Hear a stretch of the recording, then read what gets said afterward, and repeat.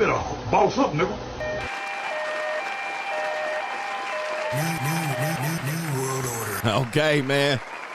We shouldn't have any problems here. We're going to go ahead and continue with this live stream. You guys listening via playback on the podcast. We had like 2,000, 2,400 people in here. We had our normal, and we were having some problems with the playback and the audio. So we restarted the stream. We're going to start over, so you probably won't hear much of a change. But the people that are watching, you're going to have to probably watch separate live streams until I download both live streams and then put them together and upload it. All right, so that's what we're going to do. As you can see, I'm having a rough week on the tube. The haters are there. I shouldn't have any problems. I got great internet here. I'm locked in. But somebody doesn't want to have this message, all right? They don't want to have this message. I don't know if any other YouTuber deals with this type of issues here. I really don't know, man.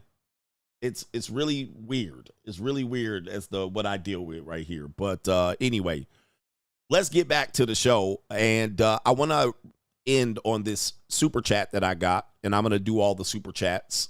This super chats that I got here, but this brother says noodles in a cauldron. I'm 21. He said, I met a 21-year-old, 4'10" Latina. I'm a 6'6" white guy. She seems cute and innocent. She's been in a relationship since the age of 15, and she's now 21, and she just got single. Without asking, she brings up her body count. Proud, she says it's only 13 or 14 men or 13 or 14 people. And then he asked if it was after her breakup from her 15-year-old relationship. She says, no, it was before, and there's 2 girls. And he says, what the F at 15? Question mark. And the answer is yes. Even a person that might say, I was in a 6-year relationship, she can still have what people would consider a high body count, because you would think, oh, she was 15. She was with a guy for 6 years. Her body count is 1. That's not necessarily true. Here's the thing. They do start having intimacy, especially Latinas, and it doesn't matter if she's small or diminutive and cute looking and innocent. They still get that pipe put on them, especially young women, 14, 13, unfortunately, for Latinas.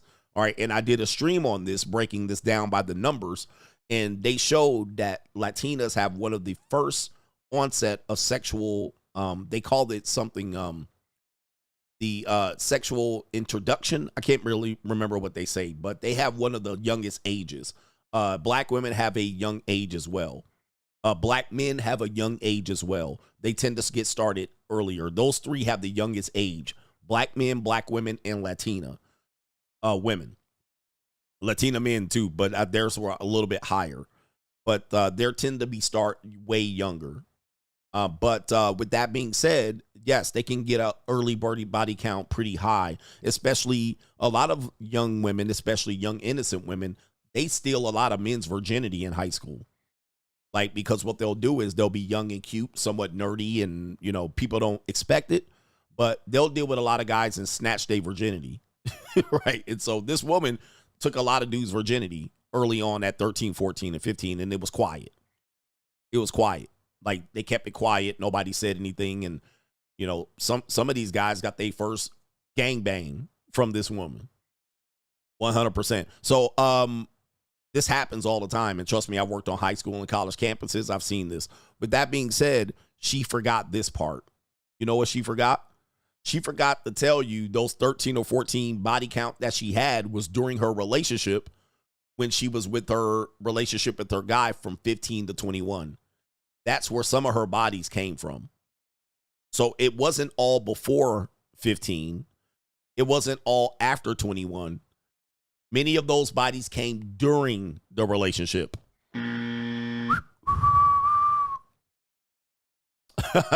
That's what she not gonna tell you, because yeah, she ain't gonna tell you that. Well, let me get to Rachel Rizz. Yeah, some of those 13 or 14 were at one time. It wasn't separate. It was all at once. All right. So there was about 3 or 4 of them that were all at the same time. 100%. Okay. People don't think this is happening out here, but it's happening. Trying. All right. It's happening. So there was a couple of them that were all at the same time, or at least one by one. It was a tag team or a triple threat match. Oh, man.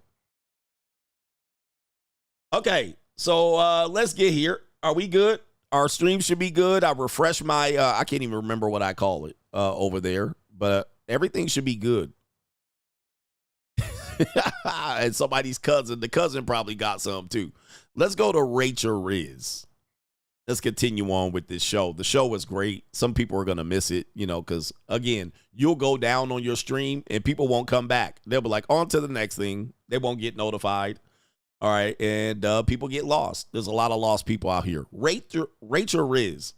We have Rizzing up an older woman. This is a lot of men safe haven. I'm going to just give me an older woman. I'm going to just give me a rich woman. All right. And you're like 24. Like, no, you're not.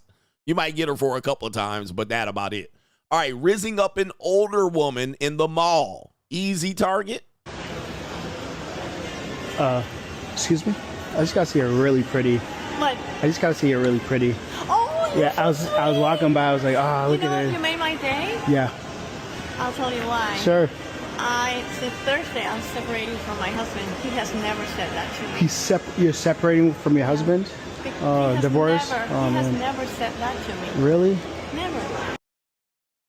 Yeah, that brother's starving. Okay, let's take out two things going on right here. First of all, she's lying.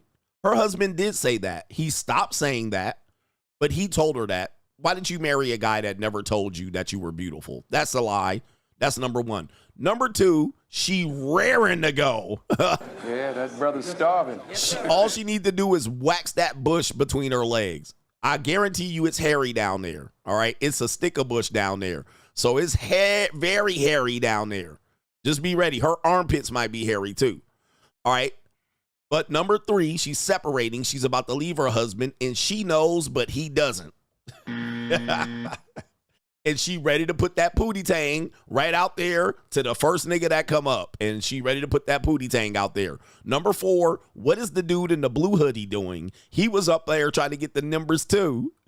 All right. And so we got cop blocking activities here. So again, easy target. All right. It's going to be hairy.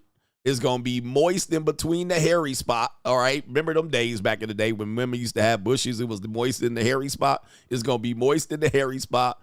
And it's going to be gray pubic hairs down there. But, she going to be enjoying it. She going to bust all up on it. But let's continue. Well, nice to meet you. What's your name? Irene. Nice to meet you, Irene. Nice to meet What's you. Your name? Jay. Jay. Jay, nice to meet you. Hi, lovely.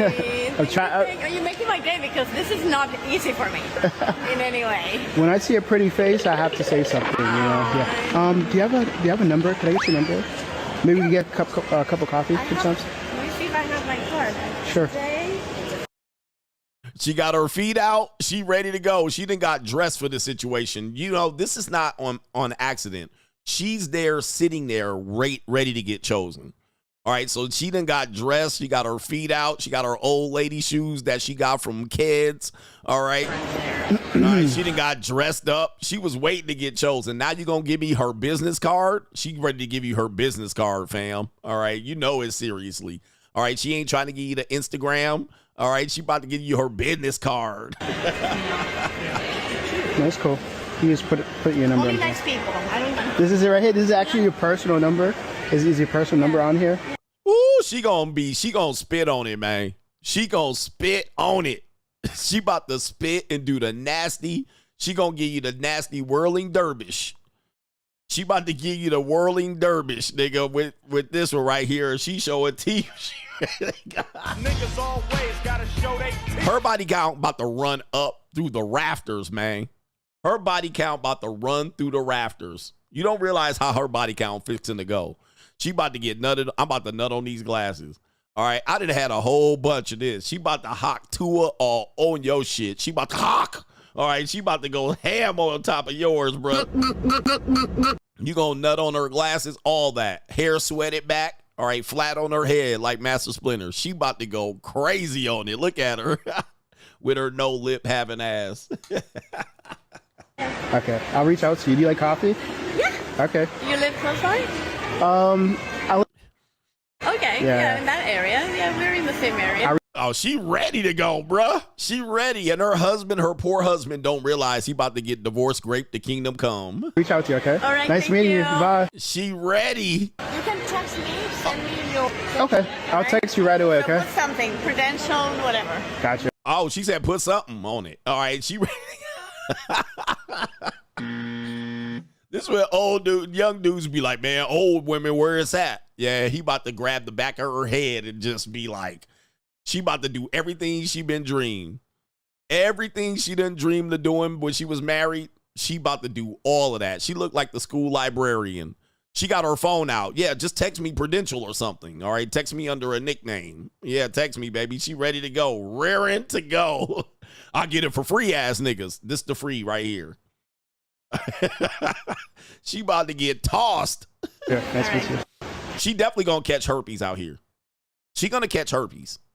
All right, because she ain't gonna be able to control herself. Somebody gonna hit that bottom and she gonna squirt. I can guarantee you this a squirter. She gonna squirt for the first time and she ain't gonna know what hit her, bruh. Excuse me? I just gotta see her really pretty. What? I just gotta see her really pretty. Oh, Yeah, I was walking by, I was like, oh, look you know, at you her. made my day. Yeah, I'll tell you why. sure. Since Thursday, I'm separating from my husband. He has never said that to me. You're separating from your husband? He has Divorce? Never, Oh, he has man. never said that to me. Really? The brother. Never. Well, nice to meet you. What's your name? Irene. Nice to meet you, You're so Irene. sweet. Nice to meet Good night, Irene. Oh my goodness. Ooh, wait. And I guarantee you, she do not have eyebrows on. She do not have eyebrows. When she removes her glasses, she did not draw her eyebrows on. Ooh, this gonna be a nasty nut. But it's gonna be freaky. She gonna leave a wet spot. She gonna leave a mad wet spot, bro. Look at that. Oh, she gonna have some good pussy down there. She got some good ones. She gonna put it out there. Good night, Irene. Okay, anyway, we got Rachel Rizz, Newport Beach, Flatback edition. All right, what do you think gets a flatback warmed up out here? What do you think the best way to a flatback's heart? Oh, by the way, rate his Rizz. He didn't have to do much. She was raring to go. All right, what is the fastest way to a flatback? Let's see if you guys know this. All right, you guys know your white girls? Where your white women at? Where the white women at? All right, what is the easiest way to a flatback? Hey, where are the white women at? Okay, if you know this, you know this. This is going to be it. Now, you could say coca. All right, coca is going to be it. All right, coca is for sure. All right, Starbucks, money, brunch, boat. Okay. And somebody got it. Dogs. A doggy. A snickerdoodle. A labradoodle. A poodle doodle. A dog. All right, dogs, the fastest way to a flatback. Here we go. I'm talking about it. Can I try? Yeah, you got it. What's her name? Oh my god. What's her name? She don't have a name. How are you gonna name her? I just got her. I am going to steal her from him. Can I hold her? Yeah? She's gonna steal it. Don't steal it, guys. Is it a puppy? Yeah. What's his name? I just got her. Sorry. You don't have a name? Not yet. You name her Kendall, that's my name. Okay. Her name's Kendall. I paid $5,000 for her. It's a white Yorkie. Yeah, it's a... This is the cutest little nugget I've ever seen. Oh my god, stop it, you guys. Stop. Thank you. You're all good. Thank you so much. Yeah. Oh, she's so little. Talking about me. She's so little. Hi, baby. She's so little. Thank you. Yep.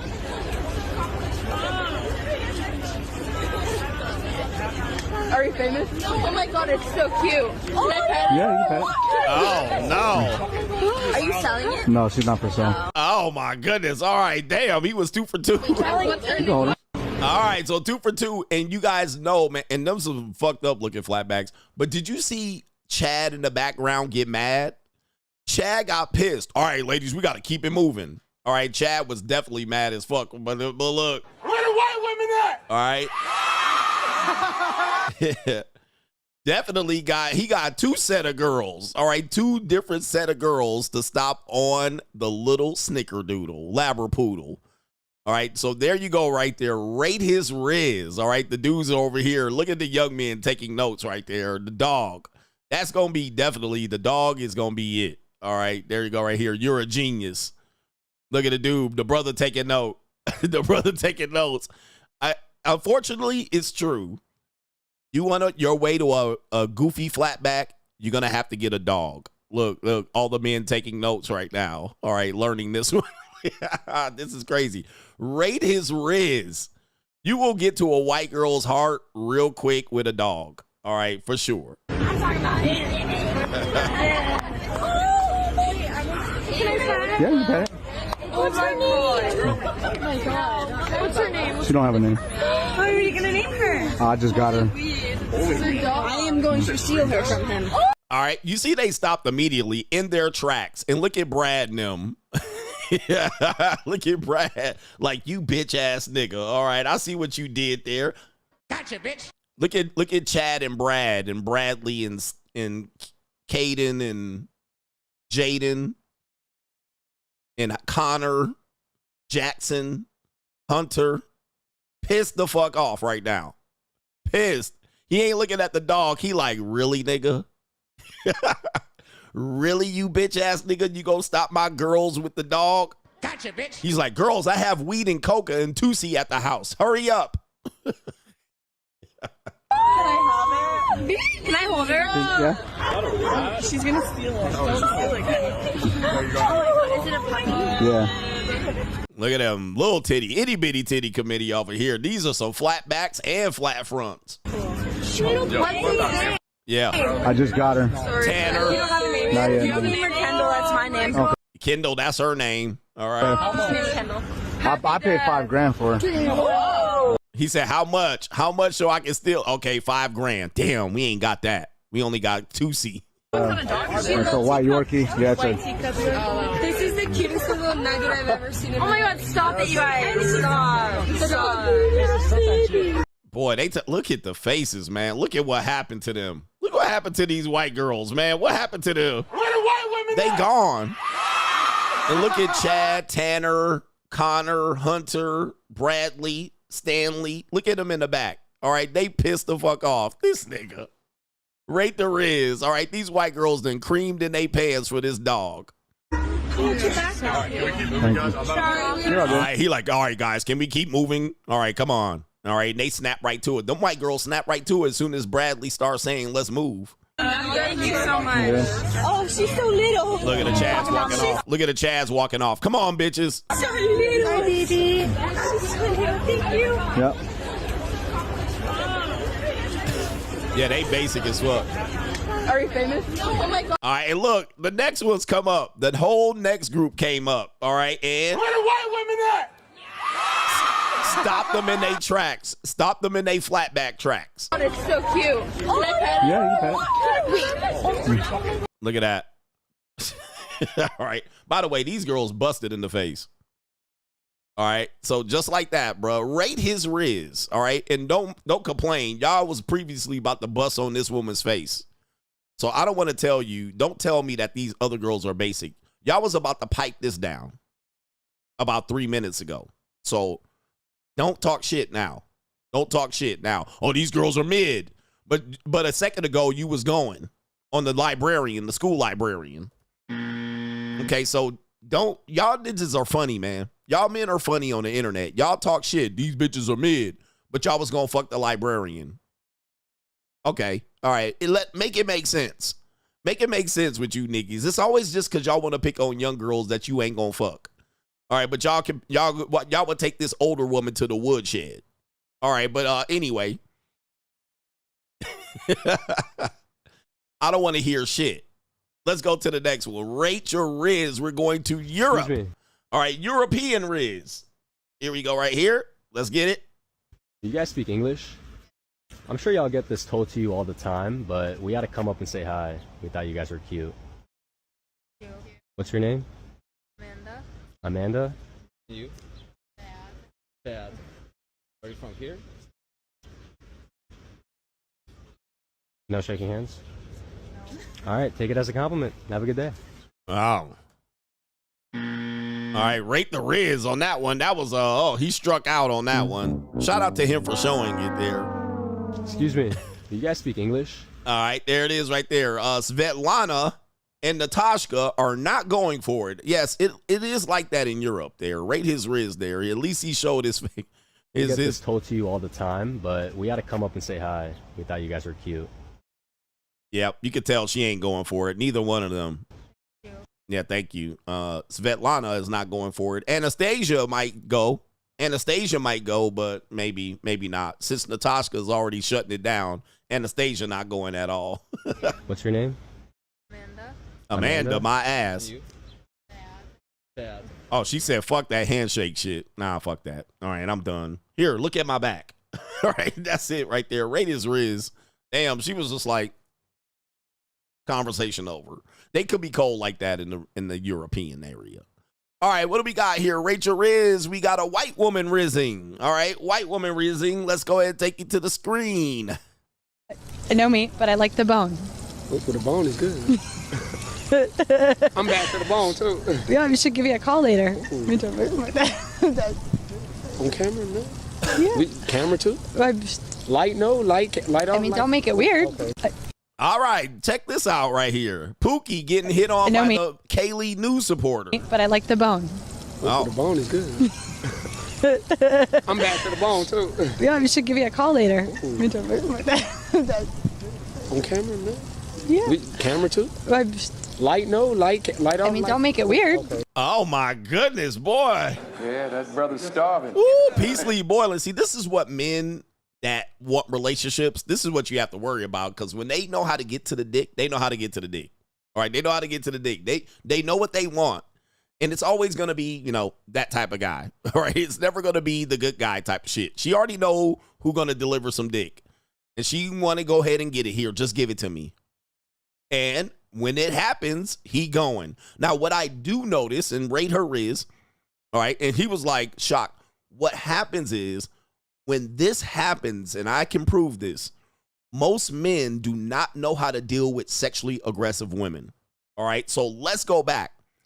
Most men are often trained that when they approach women or women approach them, that they have to overcome objections. So we're already kind of ready for her to be defensive, just like this, right? We're ready for this. We're anticipating this. Just like this, we're anticipating them walking by, but then when we grab their attention, they're going. So what happens is, men, when the woman says you approach, or when the woman approaches you and she says, okay, let's go, I'll take you right now, most men don't know what to do. They freeze up. What happens is, when you freeze up, she actually loses interest many times. So if you don't say the right thing and you're not prepared for her to say, yeah, here's my number. Yeah, let's go to lunch right now. Yeah, let's go to your crib. When you're not prepared, you actually fumble the bag. Okay, you actually fumble, because 99% of the times she's never agreeable. But then when she's agreeable, most men don't have they don't have a game for that. Most men don't have game for that. Like, you walk up and you be like, yeah, bitch, let's go right now. And she goes, yeah, let's go. And you be like, let's go. Okay. But what happens is, you freeze up and you're surprised and you're like, huh? Right now? You gonna be on camera? Oh, you scared? So she gave them, oh, you scared? Okay, you ain't, because what I need you to do, you don't need to be scared. Okay, I'm going to need you to be aggressive. I'm going to need you to choke. When I ask you to do something, I'm going to need you to do it. When I ask you, I shouldn't have to ask you to pull back my hair. I shouldn't have to ask you to slap my ass. I shouldn't have to ask you to grab my neck. You should do this. I shouldn't have to ask. You shouldn't be able to lead. So this is typically what happens. So rate her Rizz, rate his Rizz. He was talking that shit, and she gave him that shit back, and he didn't know what to do. All right, watch this again. No meat, but I like the bone. All right, so there it is. There's the opening. No meat, but I like the bone. There was the opening.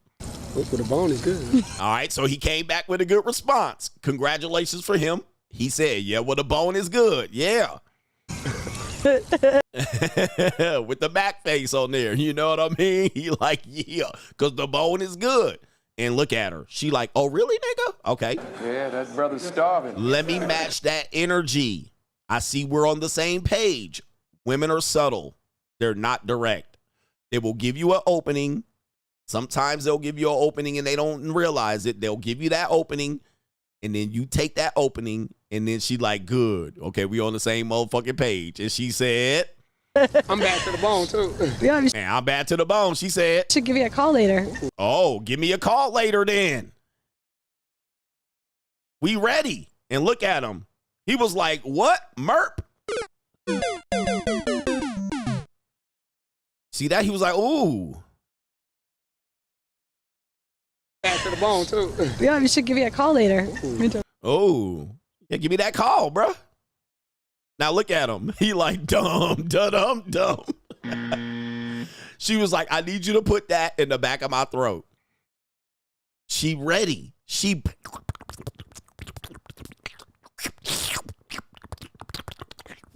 Because what happens is she's a professional. He's not professional, right? He was thinking maybe she just lying, or maybe I'ma just, oh, what? We going? Yeah. And she like, time for the percolator. Time for the percolator. All right, bring it, nigga. You talking that shit? She said, I'll spit on it. All right. And he was like, wait. That's normally not how this goes. That's normally not how this goes. Wait a minute. What we doing here? On camera? On camera, yeah, she a freak. Look at her. She got them hungry eyes. She hungrier than the werewolf of London. Oh, you scared, nigga? Don't act scared now. Don't act scared, because she gonna need you to pull her hair back and grab that neck. All right, she ready to get dominated, and you the man. She picked you, nigga. I like to get dominated. Most men do not have game for this. Even I've told you dating coaches who fumbled this bag. The woman was like, okay, let's go. And he too busy trying to debate her. Oh, bitch, you on camera? Like, I think, yeah, nigga, it's lights, camera, and action. Let's go. And I want you to record that, too. Yeah. Camera, too? Light, no? Light off? I mean, don't make it weird. Okay. Don't make it weird, especially with white women. Don't make it weird, B. She's like, you made it weird. She said you made it weird. And now she closing up shop. You can see, man, women are fickle. She closing up shop right now. She like, maybe this ain't the one. Because he gonna be talking, he can't handle it. He ain't gonna be handling it. He gonna be sharing the secret. He gonna be showing his boys, and then I'm gonna be a rumor. She said, don't make it weird, man. Just, here's the pussy on the platter. Here's the Pootie cat. You got this. Take control. All right. And he got scared. And she's like, don't make it weird. I gave you the opening. I'm about to give you this opening. Look at her face now. And now she like, damn, nigga, you had it. Now you blew it. All right. Because she was raring to go right here. Now she's stunned. Just stick around. I'm about to sign off. Back to you, Chuck. And I'm going to give you the number, all right? I'm going to give you the numbers and tell you where to meet me. I'm staying at the hotel. All right? All right, shout out to him right there. Rate her Rizz or his Rizz. Okay. We got Torta Rizz here. Oh, my goodness, boy. So we got Torta Rizz here. First, we got a little youngin' Rizz. Do you guys Rizz girls up at the Home Depot or Lowe's? All right, there's a little pinata right there, little Latina, little small Latina. Do you guys Rizz up girls at the Lowe's or Home Depot? This is Lowe's Rizz. ¿Sí sabe dónde puede encontrar la llave? ¿La llave? Sí, la llave de tu corazón. ¿Qué? Oh, look at that. Okay, she's still in high school, B. That girl's still in high school. Maybe she just graduated. All right, but be careful here. I did? Can I get your number? I don't know. What if I get fired? They look at the cameras. All right, so she's scared. All right, caught me off guard. She didn't know how to handle it. She walked off. Typically, young women will walk off, even if you flirt with her and she's been waiting for a man to approach and flirt. They'll still walk away. And looks like he hung out long enough for her to come back and say, you caught me off guard. All right, so she came back. So she's ready to go.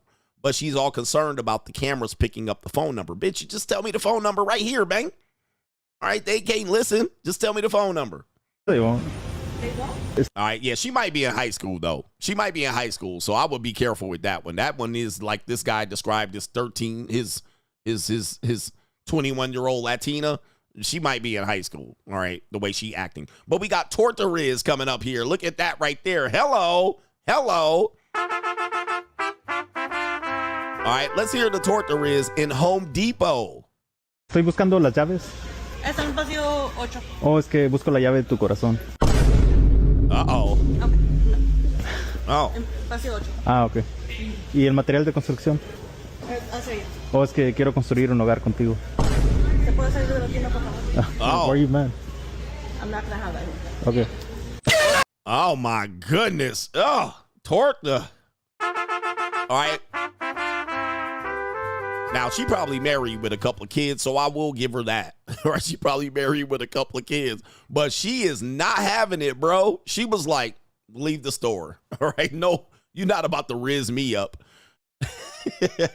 You about to Rizz me up. She got mad. She was like, no, please leave. I don't got time for this shit. I got 3 kids at home.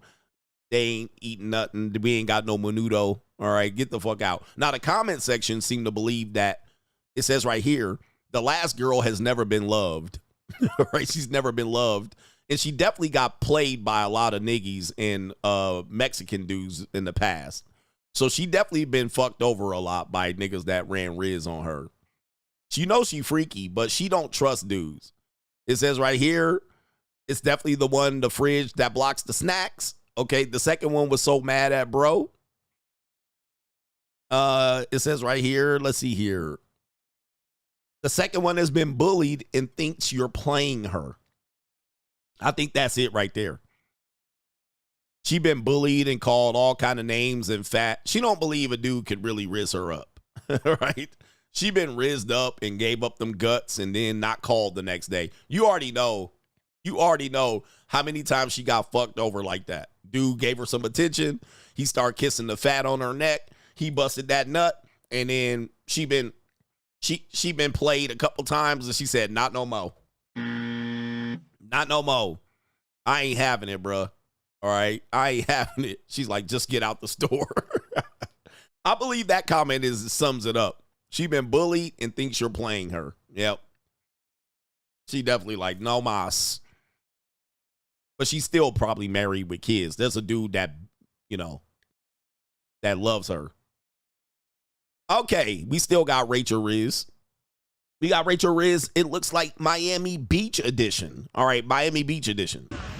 What's up? Hey. You look sexy. Sorry, I'm like a really like bold person. What's your name? Rennie. Where are you from? Nationality or? Yeah, like born and raised nationality. Dominican. Oh, Dominicana. ¿Tú hablas español? Sí. Quiero que eres la mamá de mis hijos. Oh, sí? Muy hermosa tu cara. Gracias. ¿Dónde eres?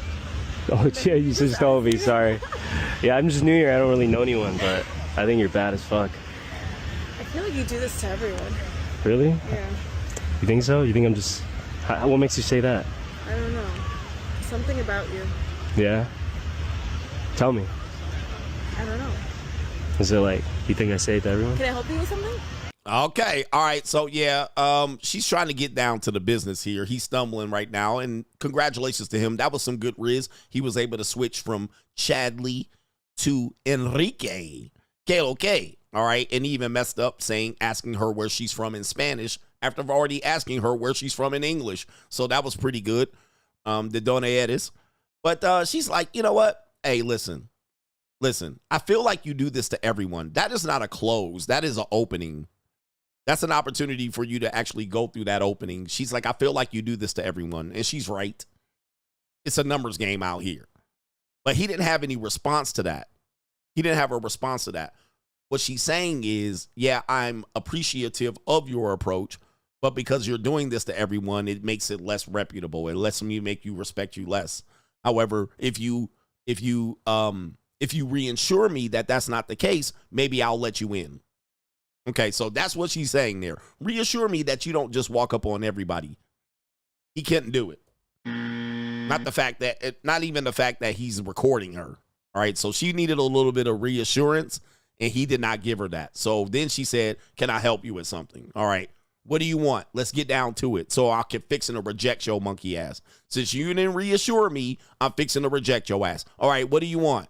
Phone number, Instagram, Snapchat? The answer is no. All right.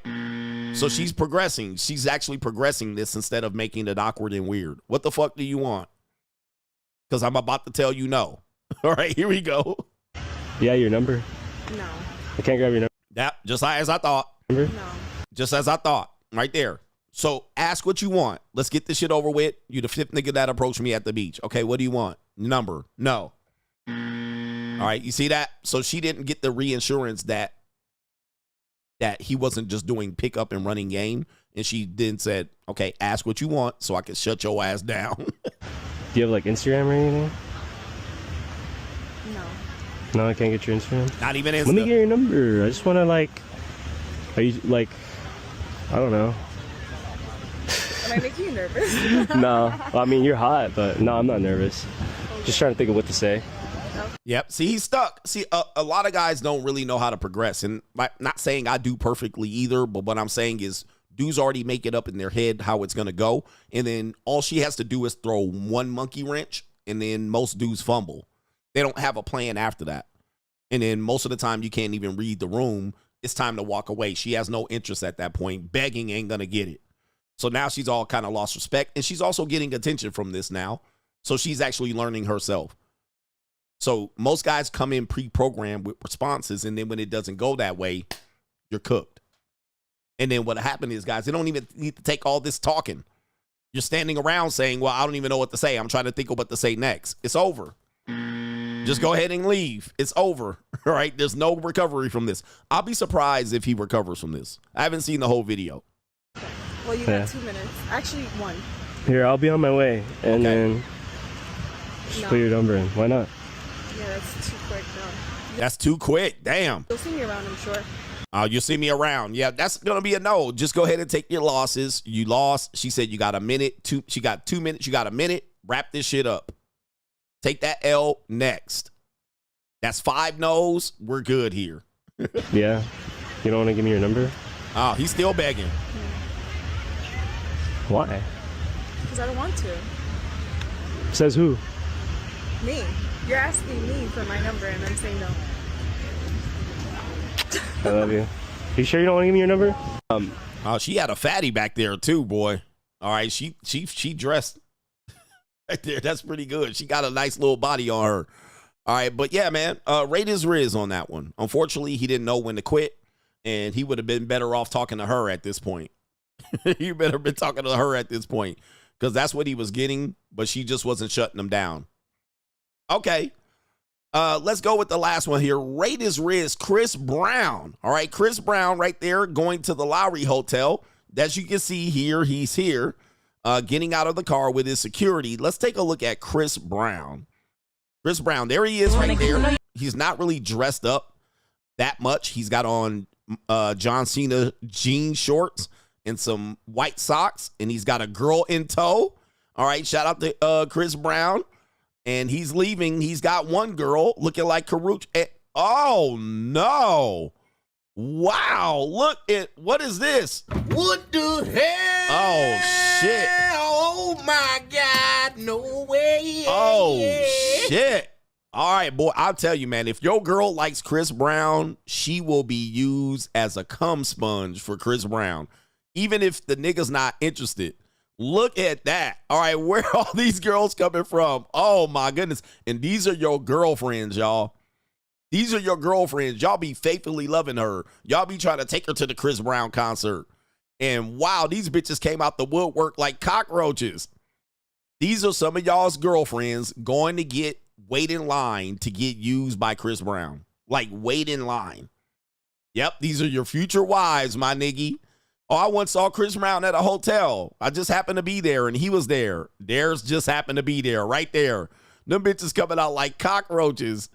Oh, shit, and they dressed to the 9, too. All to get used like a cum sponge. All for this chance to one day he walks out the hotel room and he picks her. All right, let me just hear. Come here. Oh, my goodness. Definitely. That is crazy. Look at your future wives out there. Look at the girlfriends that say they were too busy to come over because they had period cramps or they caught a yeast infection. All right. That's what they were doing. All right. You probably were doing worse than this. All right. And she couldn't get with you and she wasn't returning a text. Okay. She wasn't returning the text. There's your girlfriends, your future wives right here. All right. All in the dark, running to his hotel room. Rate his Rizz. We got another video here of Chris Brown, allegedly. Chris Brown leaving him in a hotel room. Let's see what's going on here. There's 1, 2, 3, 4, 5, 6. And Chris Brown pulling up the rear. Oh, the other girl looked like she got a black eye. And I'm pretty sure there's a lot of drugs, coca, and 2C involved. These possibly might be backup dancers. We don't know who these ladies are, but these are your future wives as well. Chris Brown on it. That girl looked like she been beat up. All right, but rate his Rizz. Even the security guard getting leftovers. 1, 2. I don't see a lot of black women in these videos either. 3, not a lot of darkies. There's a light-skinned black woman. He's definitely not a night rider. All right, but a lot of y'all future wives and shit coming out here after the orgy. Trying. All right. You see this right there, man. And these are all the, I get it for free ass niggas. You getting leftovers. He like them skinny too. He definitely like them skinny. This bitch looked like she been worked over right here. Let's take a look at this. All right. She definitely looked like she been getting worked over. All right. She'd been getting worked over and stomped. Let's take a look. Oh, my goodness. Even that's the lighting. Oh, the humanity. Either that's the lighting or she definitely been getting that Cassie treatment. Let me see here. I don't want to allege that Chris Brown is doing any of that one. This one. Where the black women at? All right. Look at this one right here. She definitely looked like she been getting the meat fist. She been definitely got the meat hook tonight. He said they all walking funny. Yes, they are walking funny. They all walking mad funny. But, of course, that's the cobblestone and the high heels. But, yep, they all walking like they been getting tossed. All right. They definitely walking like that with a limp. All right. Not all of them have high heels on the cobblestone, but they all walking with a limp. All right. But these look like they possibly might be dancers. All right. But this one definitely looked like she been getting the brakes beat off of her. Take a look at the look right there. All right. Look at that right there. That's a little bit of, I mean, she looked like she got a shiner right there on the eyes. All right. Anyway, it's the coca.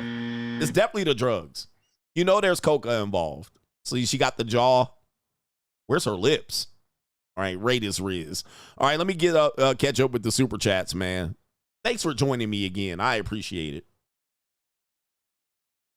For getting shut down. It's hard to get everybody back when you get shut down. I get it.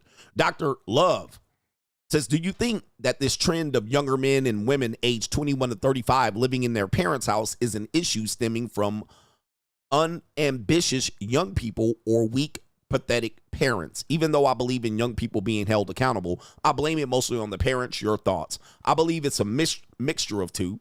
It's the economy. It's kids being lost. It's kids being ill-prepared and non-parented. But you also have codependent parents, right? Parents that are codependent. So you might have parents that don't know what to do with their future. They're certainly not going to retire. They haven't saved enough money to be able to get their kids in a better position. Like, it's not about the kids staying in your house, but what if you're a parent and you could afford to have your kids live in an apartment or you buy a townhouse for your kids, right? It's never that. It's always the kids got to live at home. That's because the parents are ill-prepared financially to put their kids in a better situation, to put their kids in college, to put their kids in the military. You can't make their kid to invest $10,000 in the business that you can run for your kids. Right? Or your kids can run, or you can pass a business on. So the parents have nothing to pass on to the kids but hours and hours of work that they worked and labored for corporations that got nothing in return, right? The kids don't have a group marketplace. You don't have a business that you can employ your kids and say, hey, kids, you're employed by me. I'm going to give you a salary, and then you can live in this apartment, or you can live in this townhouse, or you can live in this rental house that we have. So it's always the parent stuck having the kids and not putting the kids in a better position. Then you have divorce. You have parents that have experienced divorce, so the money's not there anymore, right? The family goal of putting your kids in a better position is not there anymore because you busted up the family resources. You have codependent parents who can't let their kids go. So they're enabling their kids. They're letting their kids do drugs and smoke weed and do coke and toast 2C and Molly and drink up at the house. And now your kids are ill prepared with life and don't know where to go to college or the military or get a job or start a career, right?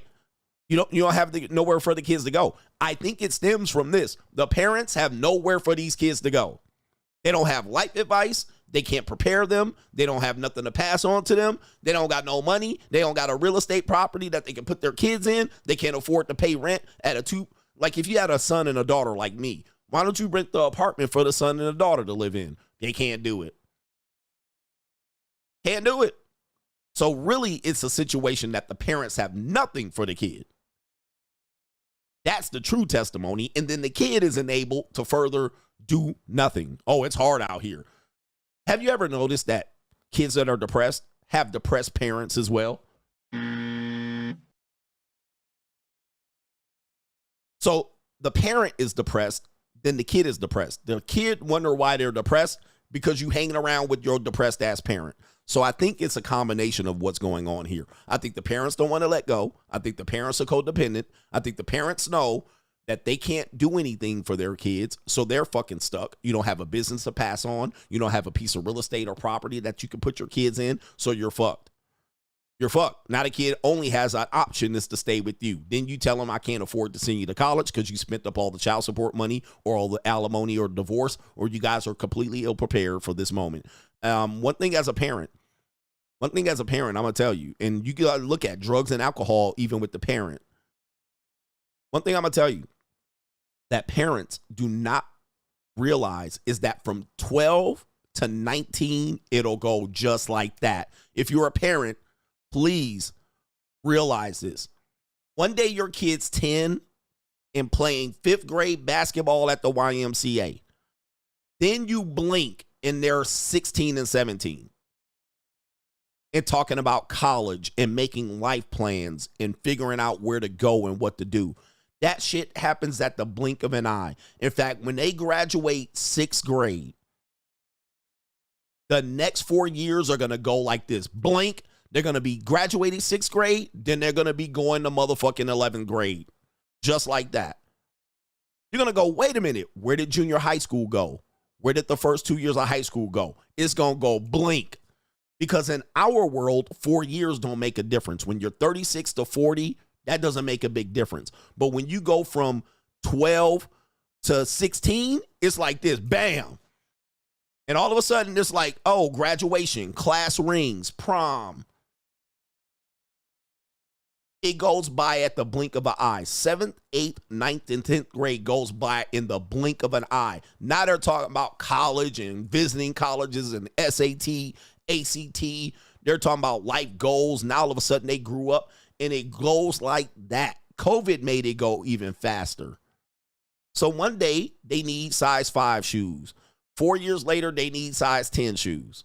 All right. And it goes like that. So people don't realize how fast kids grow and their needs change when they go through adolescence. So the parents end up ill prepared. They think their kid's going to be 10 for the next 5 years, but now they're 15 and 16. And they have completely different needs. They want to get a car. They want to drive. And not only do you not have the ability to support them and have their own shit and pass on their own business, now they need a car. Now they're driving. But now these parents are like, how am I going to do? Now one parent is sharing a car between 2 and 3 kids. Now the parent has to take the bus or have the kids pick them up after work because people do not realize how fast young people grow, how fast their needs change. So 16, now they need a driver's license and a car.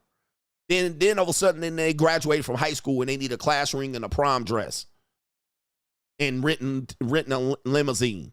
Then all of a sudden, they got college tours and shit and applying for colleges. And the parents are motherfucking just losing it. How we supposed to keep up? Y'all was supposed to prepare for this. And this is why kids get stuck at home. So the only thing for the parent to do to save face is to say, well, I love my kid. They can stay until they're 30. Well, you ain't got no fucking choice. Where the hell else they gonna go? They can't afford to go to college. They can't afford to go to you don't want them to go to the military. Okay, you ain't got a business to pass on. You got your finances are fucked, right?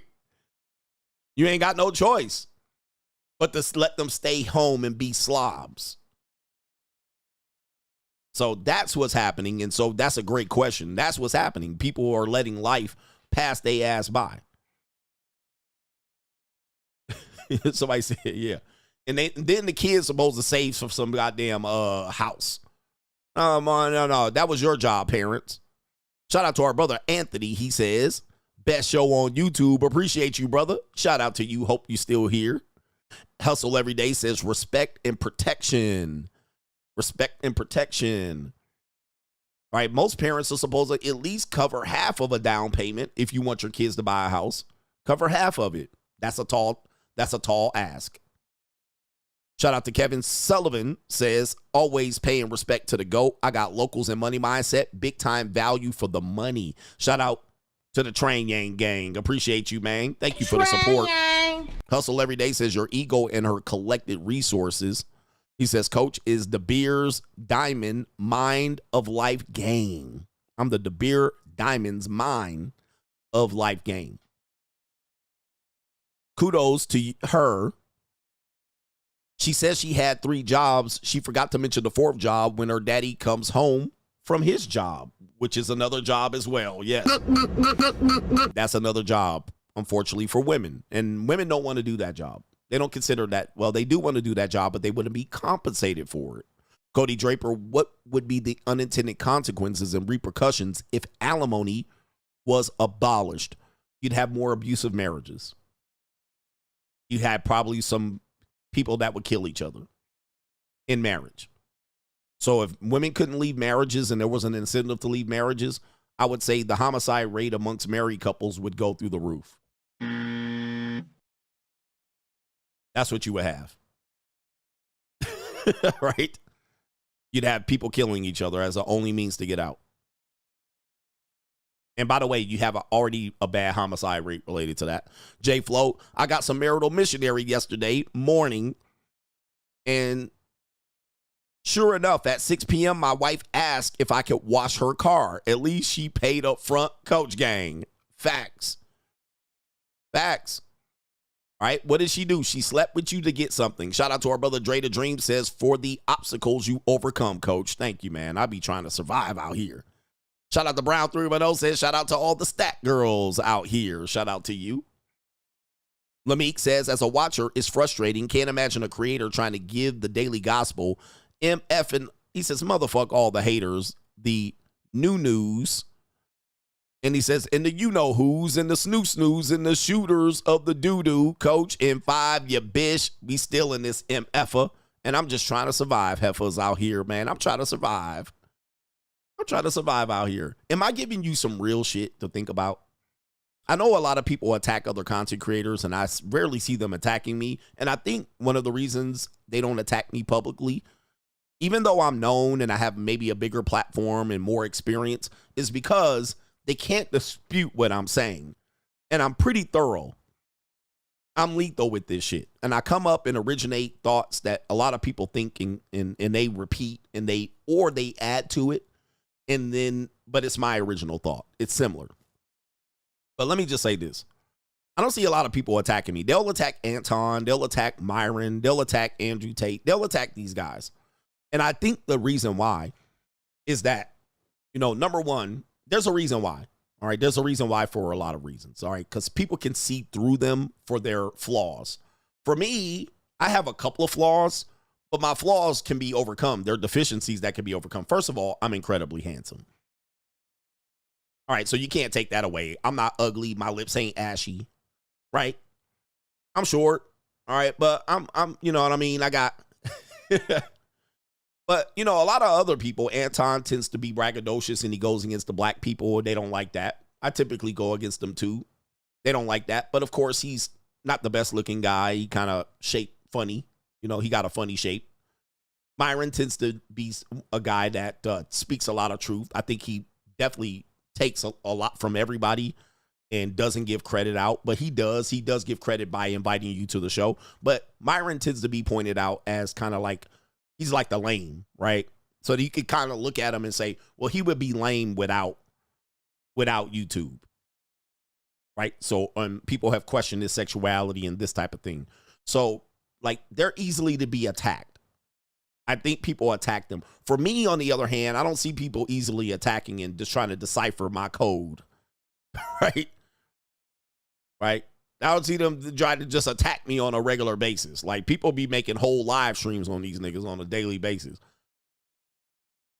But Myron be getting after it, and he be going crazy on people, right? And so then people get triggered. Because Myron typically, his MO is to trigger you with something simple. Like, I guess he was saying women are stupid. So what happens is he'll say women are stupid, and then he'll hit you with a whole bunch of truth. But because he said women are stupid, then they dismiss him, and then they attack him, right? Then they attack him for it. But what he said was true after that.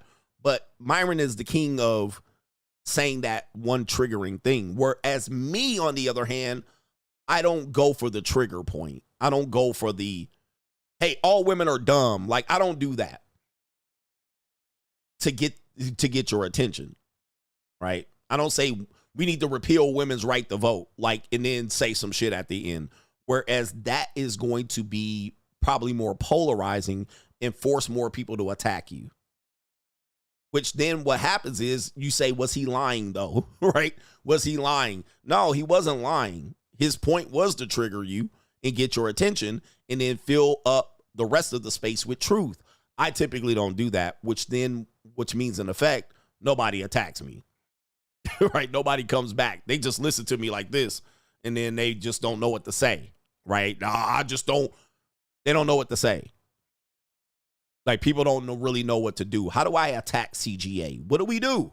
What do I do? What do I do to attack? Well, I don't have many weaknesses. I have an Achilles heel. I don't have many weaknesses. My conversation is thorough. I present with evidence. I back it up with knowledge and sometimes statistics, right? I use people's real life examples. So I'm just a thorough individual. Even if I go against the black community, I will give an explanation. And with the experience, I'm experienced on all gamuts and aspects of relationships. So you can't be like, this isn't true. And most people that listen are going to be either mostly younger than me, so they don't have the experience to match what I'm saying. Even though people might have a philosophy, okay? Even though people might have a philosophy, what'll happen is, boom, their philosophy never matches the experience that I have, okay? It never matches the experience. So what people will do with Myron is they'll start doing this. Well, he's skinny and he's this and he's from Sudan and he's a tether. You see what happens is that he opens himself up for all these attacks that are never on the message. Myron has a message and nobody ever disputes his message. They just attack him on things that he never even brought up. He's black. He's African. He's not African. What is it? Does it matter? No, because it's never about the conversation about Myron. With me, it's only going to be about the conversation.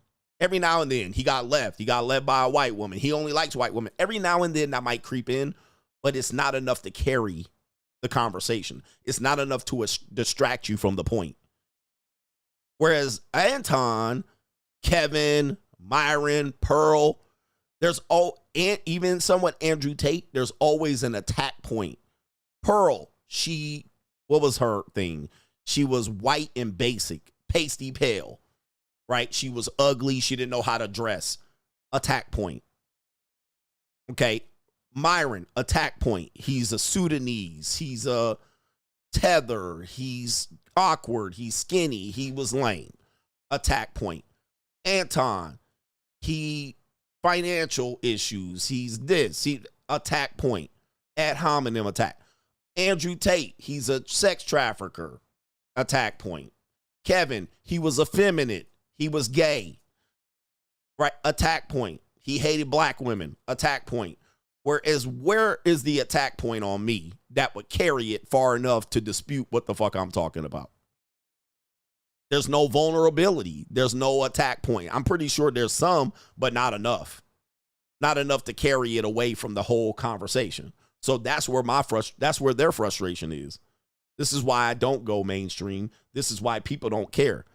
All right, people are like, let him say what he wants to say. We'll just do what? Right? We'll just do what? We'll just attack his stream. We'll just make it hard for him to stream. Yeah, Anton is overweight, so they'll attack that. He hates black people. He's a conservative. Attack. For me, it always has to stay on the message because there's not many avenues to attack compared to the other people that they seem to focus on and attack. All right, he likes young girls. Yeah, okay. I mean, how as far as that going to get you? You ain't never caught me with no minor, so I don't have any women that are illegal, right? I don't have any of that. So it's like I don't have it. Don't have a criminal record. I don't have any of these things that people could just go in and be like, well, the reason he's saying that is because he did this and he did that. Okay, so it's tough to be able to go against what I'm saying. You just have to sit there and hate. You just have to sit there and hate. My lips ain't ashy. I'm handsome. I got receipts. It is what it is. All right. But until something happens, then people just have to sit here and just stew and hate. You just got to sit there and be like, well, I don't like what he's saying. Let's see here. Our brother here, Anthony Jones, says, Coach, should I cut off my JUCO? Seen her twice. Gave her 800 pounds and no sex. All right. Says she need more time. Yes. What? That's a sponsorship. Co-sponsorship.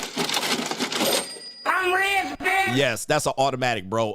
Cut her off immediately. Do not even talk to her ever again. All right. Wowzers. Any woman that doesn't want to do what you want to do, all right, just stop talking to them. Okay. Okay, stop talking to them. Shout out the Vans.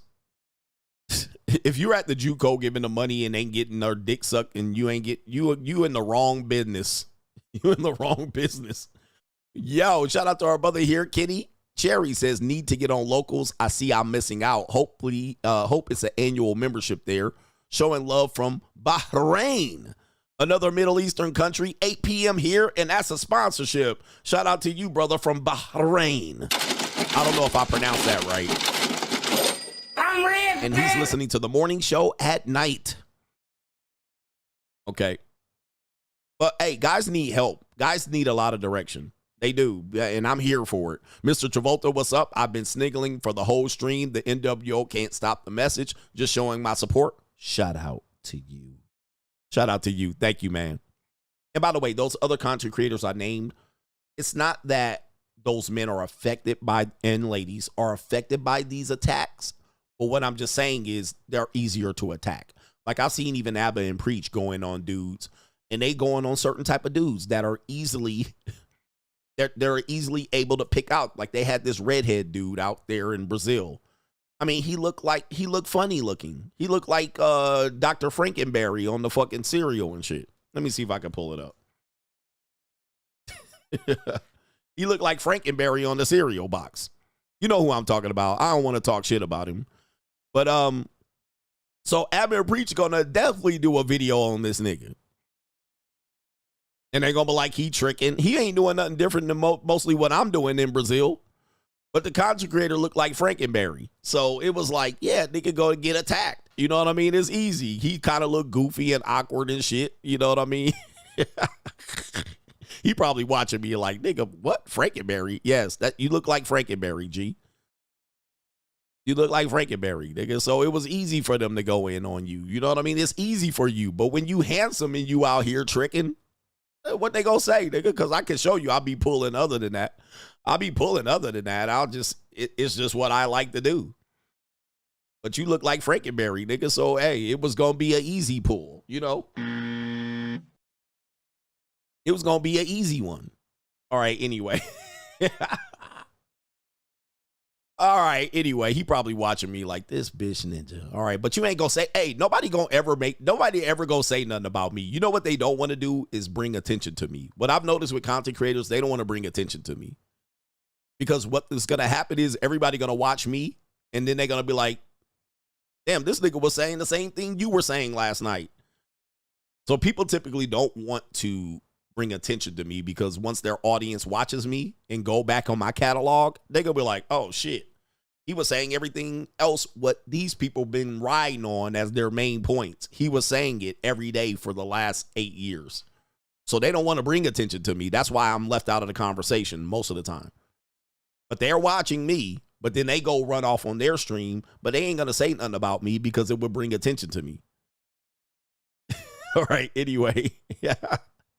Yo, let's get into it. It's an evil world we live in. It is an evil world we live in. Let's go. It's an evil world we live in. All right, evil world we live in. We have this. Have this ever happened to you? Oh, damn, I missed one Rachel Rizz. Okay, we're going to have to do it. Damn it. I'm pissed off. All right, we'll do it. Rachel Rizz, Jonathan Majors. Jonathan Majors checks a man who asks for his wife Megan Good's phone number right in front of him. So they always try him. Don't ever feel like dudes are trying you because you weak, you short, you tall, you bird-chested. Niggas will try you no matter what. Beautiful in person, just to let you know, yeah. You see I'm a freak out there? Can I get a picture too? Possibly like a number if that's fine. Oh, thank you, love. I said like a number? Whose number? My number? No, this is my man. Why'd you go Google something, bro? I didn't Look at his friend. He was like, nigga, man. He was like, whoa, whoa. All right. Even his friend was like, bro, are you tripping? So he tried to cock block Dirty Mac. Jonathan Majors. Listen, Megan Good is in front of me. I'm going to do that too. I'm saying. But yo, Jonathan, man. actually beautiful in person, just to let you know, yeah. Oh, man. You see I'm a freak out there? Can I get a picture too? Possibly like a number if that's fine. Oh, thank you, love. He said, sorry, what you say? Why they playing him like that, bro? Like his nose way too wide to be playing with this man. And any man looking like a fugitive from a slave box or slave plantation, shout out to Paul Mooney. Any man that wears these goofy ass hats could fuck you up. Hey, man, Jonathan Majors, man, do not let these niggas trigger you, man. Do not then let them make you fumble your bag twice. You already got bills paying and you getting some movie roles. But why they playing this man like that, bro? All right, this is crazy. I said like a number? He's like, what, nigga? What? Hey, yo, chill, son. Hey, yo. Can I get you? Am I hearing you correctly, nigga? I could break your ass, man. Please. Whose number? Whose number, nigga? And he smiled. He got all up in his face. Whose number you asking for? Man, and even his friend is like, bruh. My number? No, this. What? And shout out to Megan Good. This my man. Majors was about to lose his whole role right here. My man. Why'd you go Google something, bro? Yeah, Majors was about to pull his motherfucking hair out, bro. That's terrible, man. This is terrible. Bro. Look at his friend is like, nigga, I don't want to have to fight this wide nose ass nigga either, man. This nigga, hey, man, any man that got a wide nose has nothing to lose in life. All right, they will ruin your life, especially if he's not a celebrity. Men with wide noses will fuck you up. I'm going to just let you know, man. He'll cry over this woman, especially over a woman. These wide nose niggas will shoot you right in the middle of broad daylight in Chicago. All right, but, man, this is uncalled for. All right, not in front of the man, bro. He said, I'm not about to get my ass whooped for your goofy ass, nigga. Know when to close your mouth. This is why I used to roll solo dolo, because niggas like this will get you whooped. Okay? I didn't know that. Look at these niggas will get you whooped out here, man.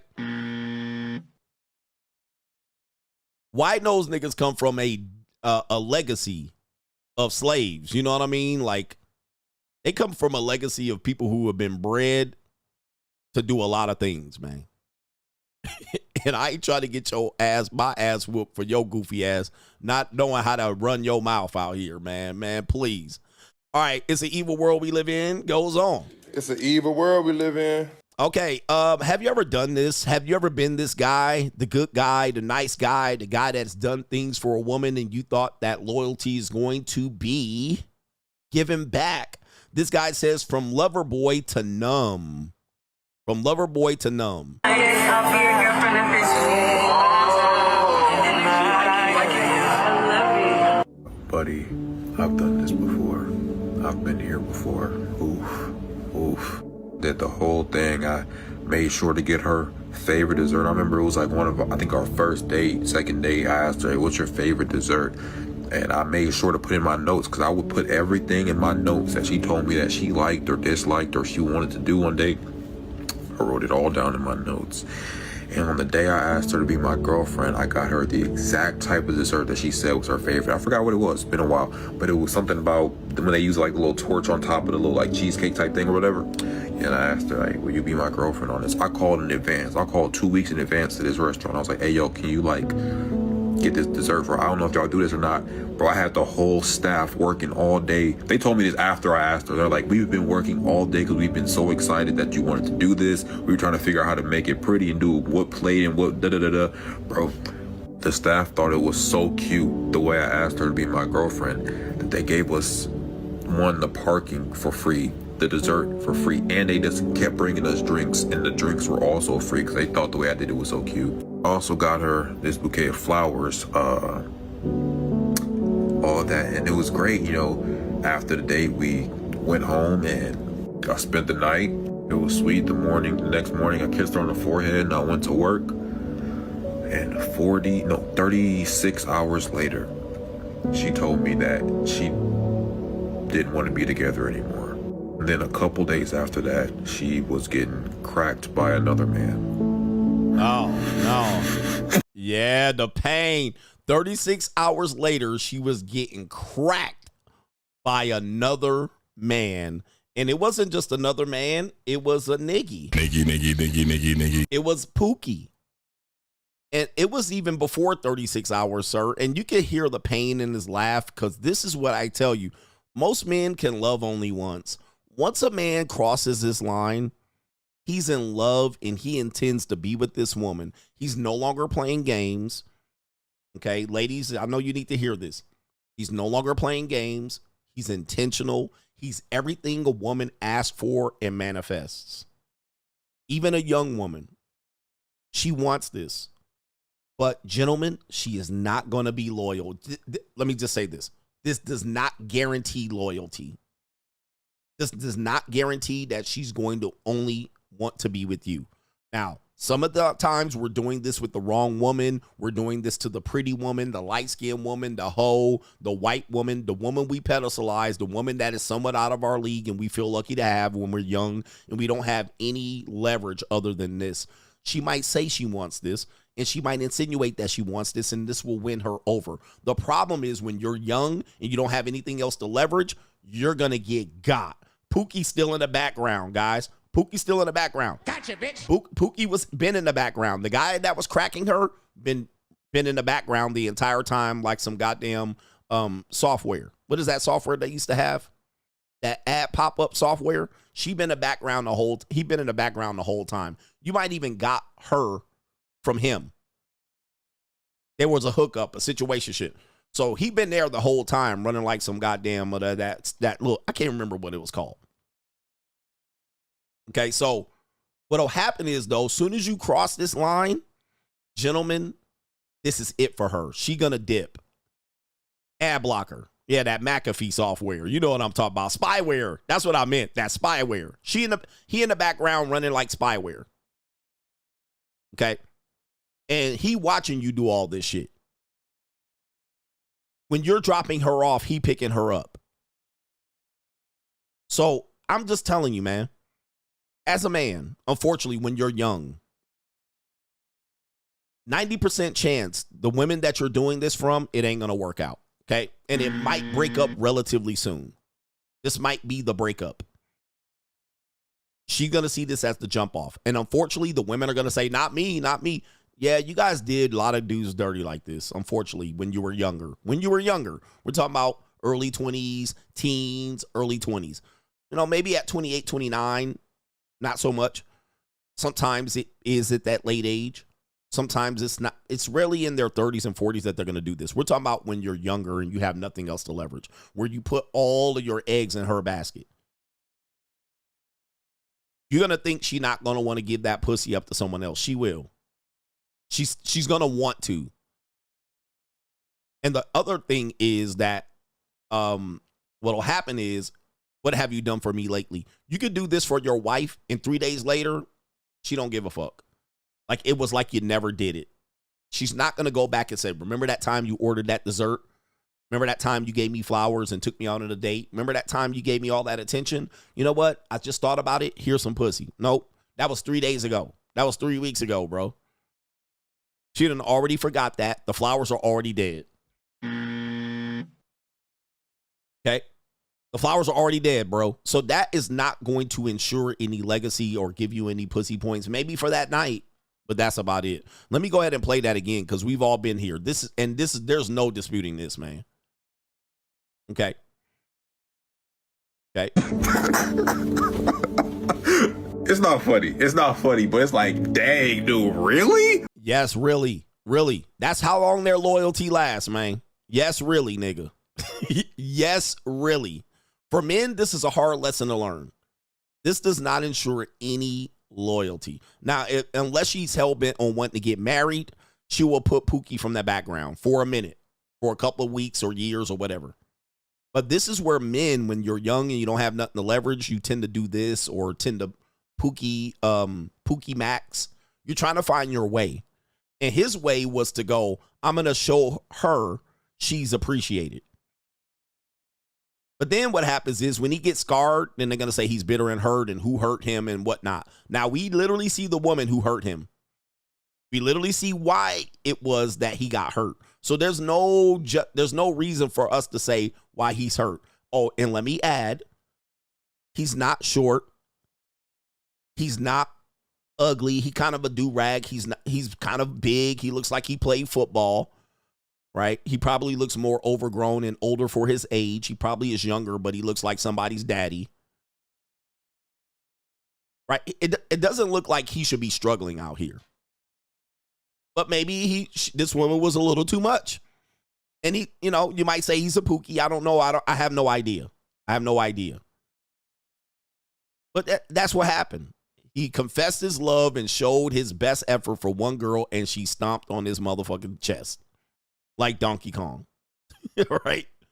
This is very common experience for most men. Somebody said he might sell dope. He might sell dope. He might sell a little bit of dope.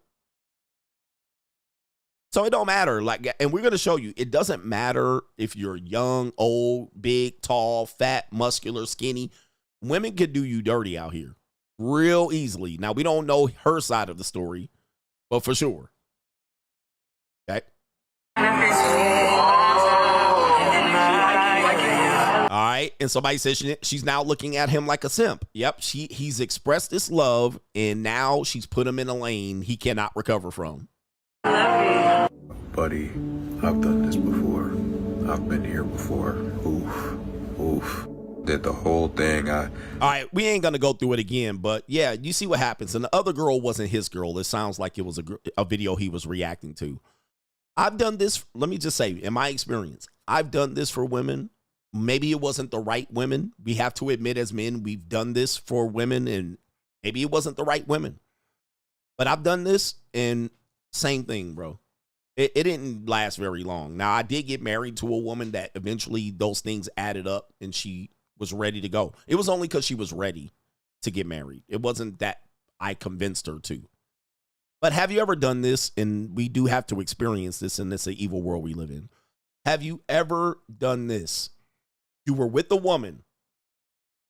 You were with a woman, and then you were intimate with the woman, and then you were kind of just hooking up initially. Then one or both of you got feelings. Then you tried to transfer that relationship, that hookup or situationship, where she was like a hoe. She was a 304 and you was enjoying it. But then she caught feelings, or you caught feelings, or let's just say both of y'all caught feelings.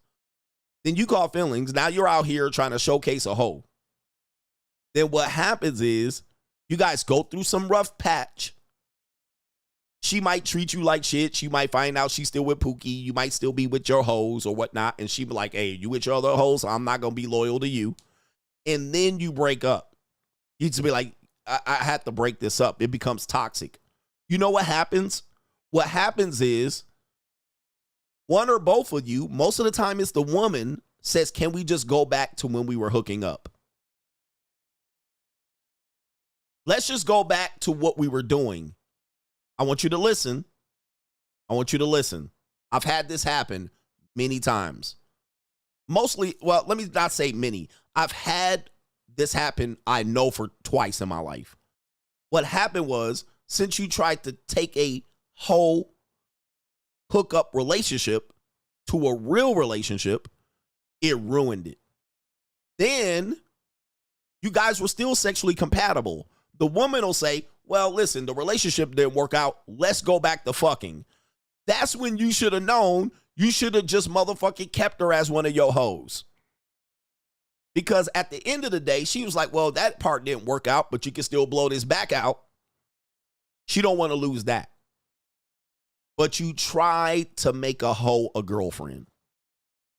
She tried, but she still wanted to be a hoe. Then she even invited you to let's just keep hooking up because the sex is still good. She still just wants to be your hoe. This is an example which gets us in trouble as men. So we can't just push the blame on the woman. What happened was you was a lover boy. Wait, you was a hoe ass nigga. She was a hoe ass bitch. You guys was fucking so good that y'all got in y'all feelings, one or both of y'all, and y'all tried to merge a hoe ass nigga, a slut maker, and a hoe. Y'all tried to merge those worlds together when y'all should have kept that shit where it was. But one and both of y'all caught feelings, and y'all tried to make that shit girlfriend and boyfriend. Then it breaks up, and then the woman's like, hey, well, let's just go back to fucking each other with no feelings. Well, most of the time, the man can't deal with that. Why? Because then you look at what she did was cheating. She was cheating on me, and she fucking got cracked by another guy after I took her out to dinner. She was doing that already, nigga. She was already getting cracked. The whole time you was fucking her, raw and cream pieing her, she had the other dude cracking her back too. But you didn't care. You overlooked it. You didn't give a fuck about that other nigga. You might have knew there was 10 niggas and you was like, whatever, nigga. You didn't care. You just let her come down, bust down, smoke a tree, blow some trees, and let her go home. You didn't care about the other dudes. He was there the whole time. But what you did try to do is make that hoe your girlfriend. Then you wanted her to stop messing with them other niggas and stop doing the whole shit that she was doing. But guess what? She was still doing whole shit. Just like she was doing whole shit when you was cracking her back and cream pieing her. But now you caught feelings. She caught feelings. Y'all tried to make that a regular relationship. And then she kept doing whole shit. And then you got your motherfucking feelings hurt. All right. So she went back to the same nigga she was letting crack before that. Now, this is then when we what? We say they messed around on us. They broke my heart. I did this. I showed her this. I showed her the world. And then guess what? You mess with the wrong motherfucking hoe. Just let these hoes be hoes. You gotta let a hoe be a hoe. Hoe, just keep their ass on hoe level. I know it's cold and you trying to motherfucking catch feeling for these hoes. I get it, man. We all done that. Been there, done that. But let the bitch stay. Let her be a hoe. Your wife want to be out here in these streets? Let her go hoe. Just leave your ass alone. Leave it alone. No more nice shit. No more nice treatment. Stop giving nice treatment to hoes. That's what we need to do. But unfortunately, the women are like, yes, coach, Hercules. You too, ladies. You was out here hoeing too. So don't act like you wasn't. Don't act like you wasn't. But that's what happened. All right. We try to give good treatment to hoes when these rest of these niggas just skeeting in them and deleting them. All right. Skeeting in them and dropping off. And then now you did this and she was feeling good. She was loving it. But she still was out here wanting to be a hoe. All right. She still was out here wanting to get cracked by other niggas. Let them go get cracked. And sometimes you got to cut this woman smooth off. Once you try to translate that, a hoe or a 304, and you try to give her this, and she knows she a hoe sitting across from this. She knows she a hoe. She know nobody gives her this.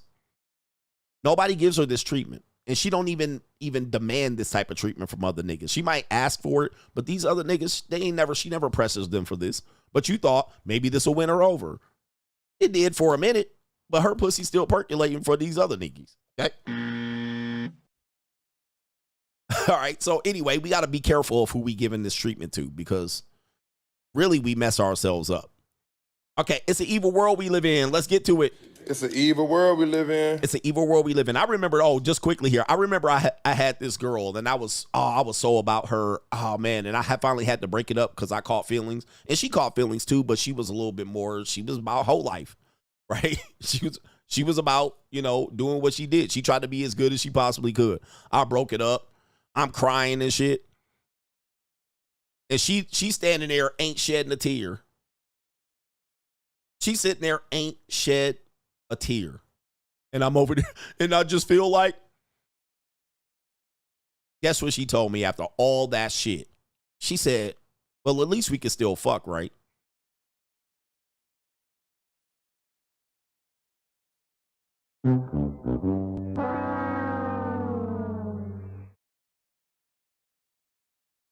That's what she said. At least we can still fuck, right? And I'm over there hurt, punching the air like motherfucker in the Boys in the Hood. I'm over there mad, sad, all this shit. And she just like, don't let this mess up our fucking, because she was like, at least we can still fuck because you're a pretty good dick.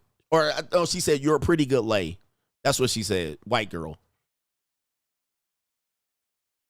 She was like, you're a pretty good lay. Let's just not mess that up. So, let me tell you, man. And I was like, I don't want your pussy no more. You see what happens to guys? When I say men are in love, women are in business, I mean that shit. This is why it originates with me. This is why when other people say it, they don't have no meaning.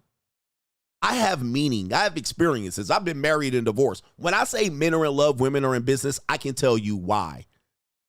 It's just not a comment.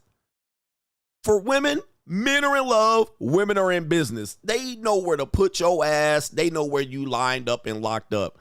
They know what happens, bro. But I don't want your pussy no more since I can't have you for you. Lost out on some good pussy. I could have kept banging her.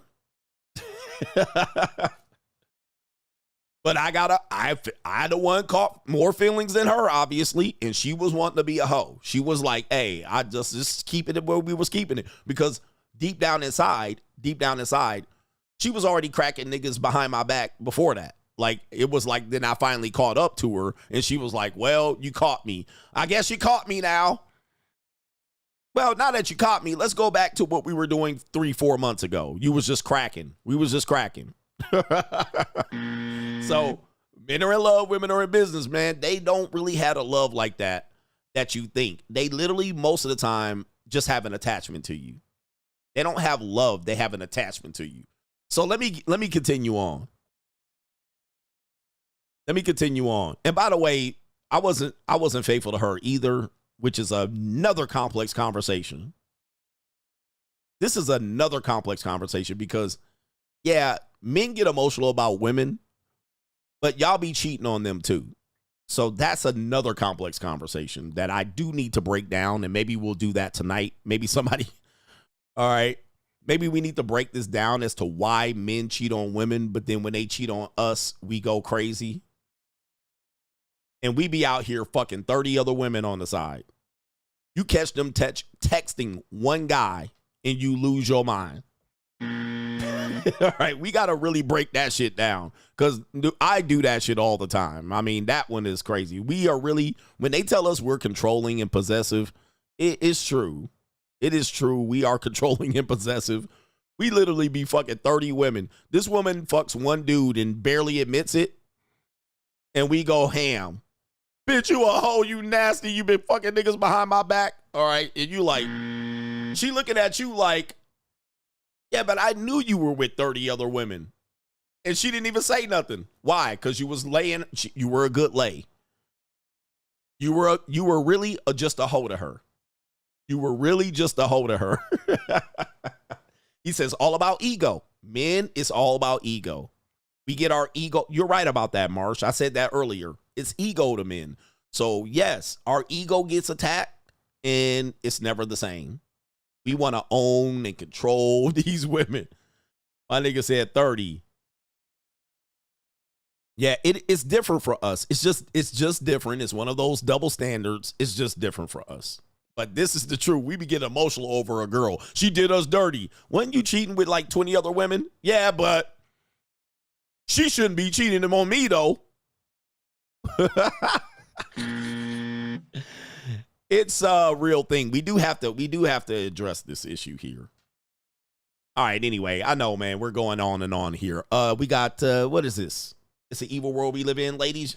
It's an evil world we live in. What about this right here? Men in 2025. Take a look at this video. It says, "Made this love not find me." Take a look at this video, and I don't think this is a skit.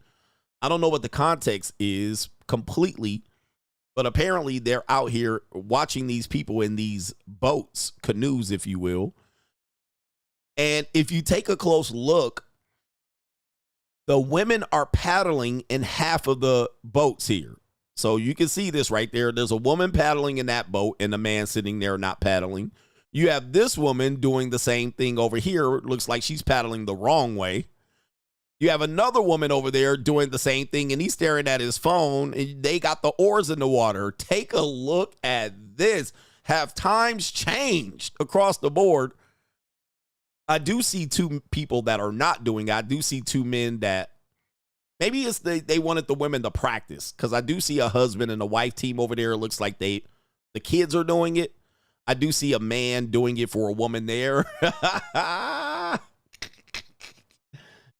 Equality is something else, man. Isn't equality something else? Because that people find this to be egregious, but this is what equality looks like. This is essentially the unintended consequences of equality. You create a world where men and women are equal.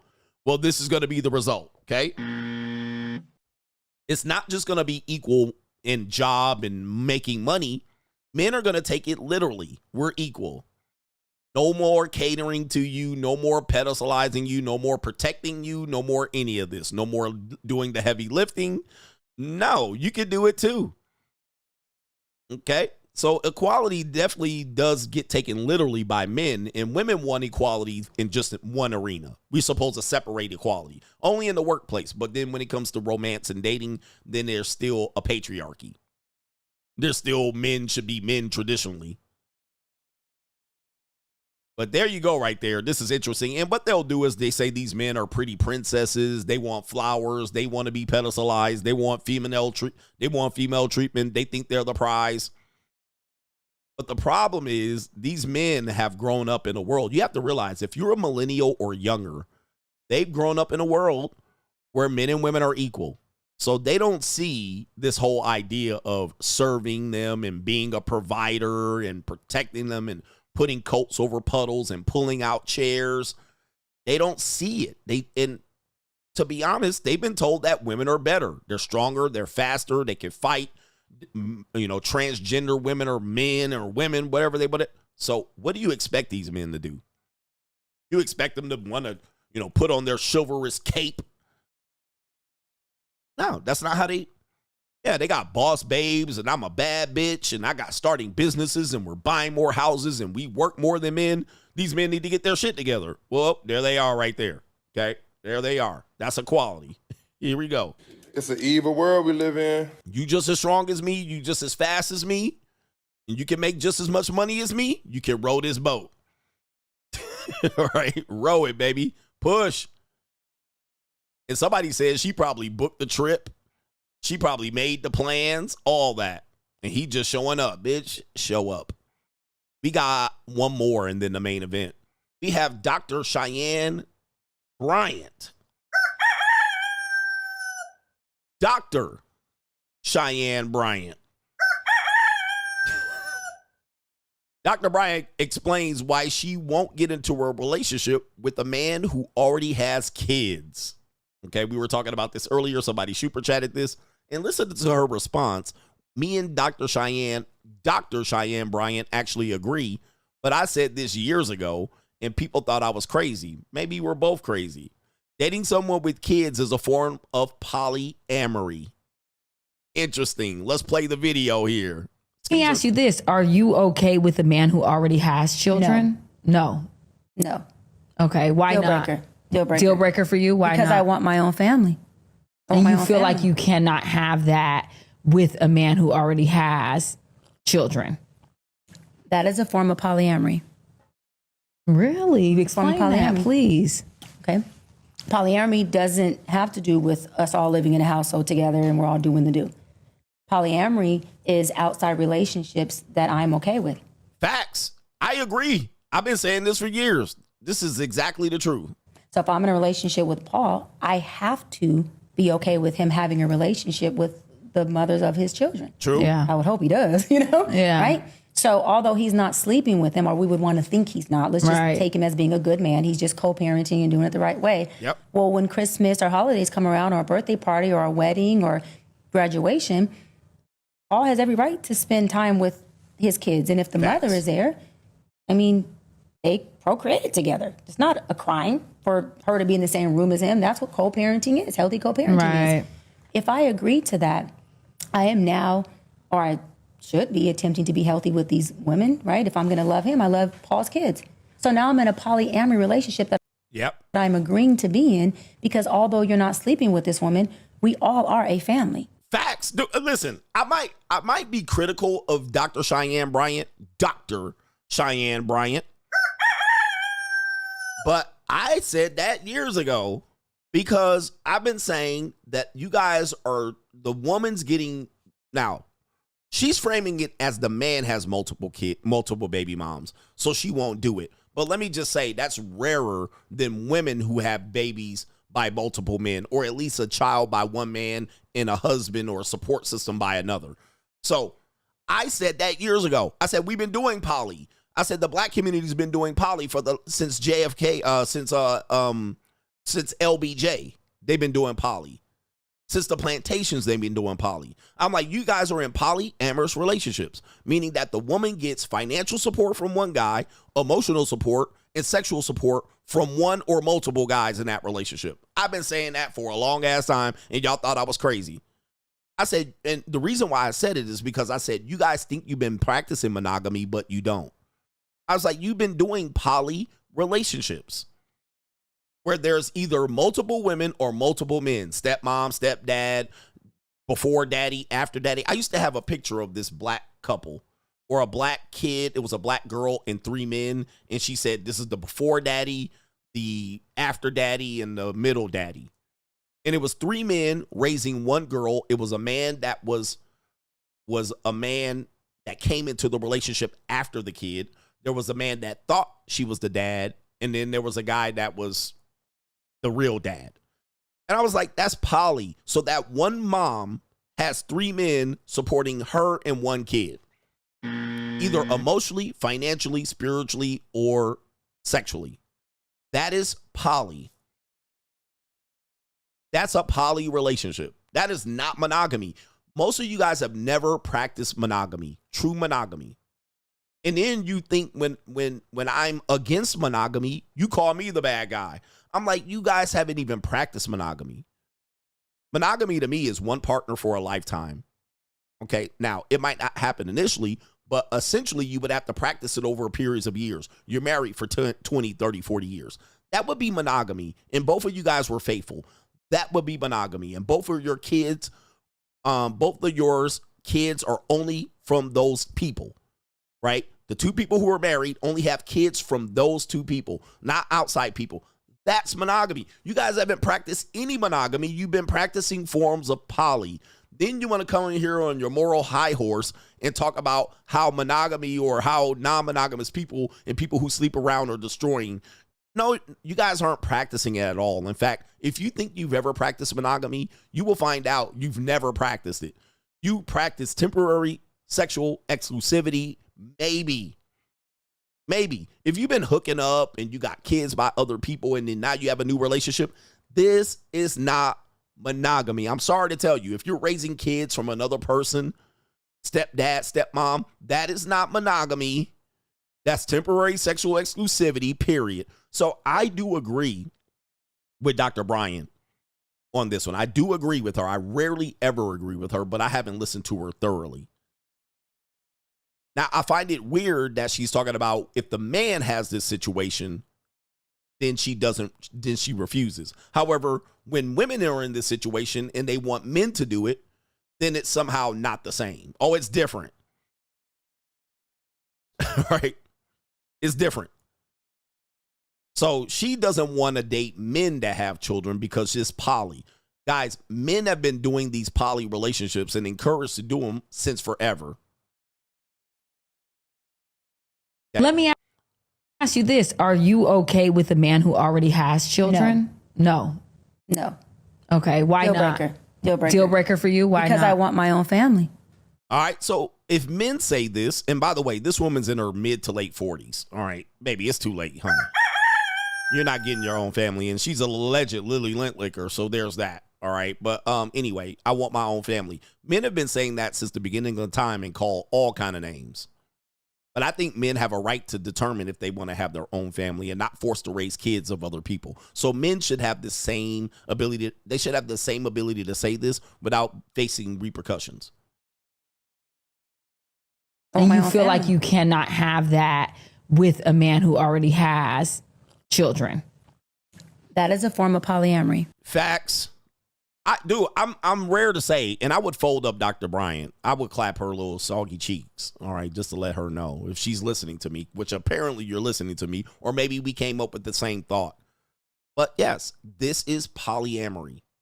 No other way around it. And she gave a scenario that is obvious. What about when the holidays come around? He should be able to spend time with his other family, his kids from another kid. But what if you have kids in a family with her? But now you got to bring those kids in across from you. What if the baby mom want to come across there? Or the ex-wife want to come across there? She's saying, I should be open enough to be accepting of that if I got into that relationship. If I try to shut that down, that's in bad faith. You can't see your baby mama. You can't see your child's mother. You can't see your ex-wife. You can't see the woman that you had kids with. You can't even see those kids. That's in bad faith. That ain't even fair to the entire family. But that is not monogamy. That is poly for sure. And you guys have been practicing polyamory and then come up here and thump your Bible at me when you have never really practiced monogamy. Not even in the true sense of the word. You get me? That's the delusion of people who disagree with me. You niggas ain't even practicing it and talking about we need to have monogamy. Nigga, where? You haven't been monogamous since the 7th fucking grade. Since the 7th grade, that was the last time you could probably claim you're monogamous. By the way, watching porn is not monogamy. If you're in a relationship and you're watching porn, that is not monogamy. If you're not in a relationship and you're watching porn, that certainly is not monogamy. You might say that's cucking. You're watching another woman pleasure himself, another man pleasure himself to another woman. That's that's almost like sitting in a cuck chair, to be honest. All right, but that's not monogamy. Neither is dating around. Neither is sleeping with multiple partners. Neither is being a virgin. Being a virgin is definitely not monogamy. Nigga, you ain't even got one piece of pussy. You ain't even got the mono. Nigga, you a monogamy. You a-ogamy. you a-ogamy. You ain't even a-ogamy yet, nigga. You ain't even monogamy. You ain't even got one piece of pussy. What the fuck? And let's say you were a virgin and you get with a girl that is non-monogamous. That ain't monogamy neither. All right, so all the things that you think are monogamy aren't even monogamy. Watching porn while in a relationship, motherfucking marrying single mamas, being a virgin. Yeah, they asexual. You aogamous, nigga. You aogamous. So the fuck are you talking about? Y'all ain't even practicing monogamy. You non-monogamy. Non-monogamy. You're non-nogamy if you a virgin. You non-nogamy. So when I tell you most people ain't even close to practicing monogamy, but then want to thump your Bible and tell us how to correct the world by being monogamous. This is crazy, man. This is crazy. Y'all ain't even monogamous. Anyway, it's an evil world we live in. It's an evil world we live in. Jesus. Incel, but monogamy. Get some pussy first. All right? Then you can tell me about monogamy. And then I'm going to tell you, that ain't your girl. It's our girl. The Y is silent. Nigga, you ain't even going to keep that girl. Oh, Jesus. You aogamous, non-monogamy ass niggas. Talk about monogamy and shit. Pull the fuck out of here, bro. Fuck out of here. None of y'all monogamous. Let's just be honest. Marriage, divorce, remarry. That's not monogamy. How is that monogamy? You married, you divorced, and you remarried somebody else. That's monogamy. You niggas are delusional, bruh. You just as much as a heathen as me. Married, divorce, hookup culture, remarriage, and then want to come up here and thump your Bible at me. You goofy ass people. That's hoe-alchemy. You guys are hoes. Motherfucking hoes. And then want to come up to me talking about, coach, man, but what you doing is bad for society. How? It's like, what? All right. Marriage and divorce and remarriage, or marriage, divorce, and hookup, whatever you want to call it, is not monogamy either. Stop fooling yourselves. You guys are all hoes. Okay? Shout out to Steven. He says, just wanted to remind the coach gang to change the batteries on their African ceiling birds. All right. Shout out to you. Your African ceiling birds. All you people in your bonnets, get a step stool, 9-volt battery. Change the batteries on you. Don't say Steven didn't warn you. Steven warned you. Shout out to I Need Money. Says, welcome back on the Cash App. Preston says, I can't fuck exes. I gotta let them go. I'm the same way. He says, when you go back to FWBs, they still want boyfriend treatment. I agree. So this is typically why I don't go back. Like if I have a hookup girl, and we get into a relationship, I can never transition it back to hookup. All right, because then it never really goes back to hookup. It goes back to some where you're giving her boyfriend treatment, but the other dudes get the bus on her gullet. Like they're not giving her any boyfriend treatment. Shout out to our brother. It is Witty Penn Smith says, keeping it real in these streets. We got to keep it real. In these streets. Got to keep it real. So it's hard for me to fuck exes. Like if I've ever crossed over to boyfriend, girlfriend, I typically can't go back to hookup or sex. I don't think I've ever had sex with an ex like that. Not somebody that I really cared about. Maybe I did.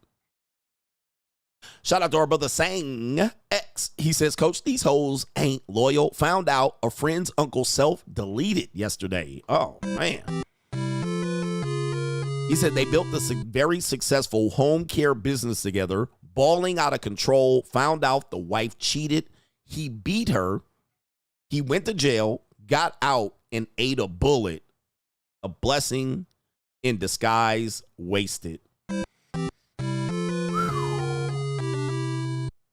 Ego. With men, it's all ego.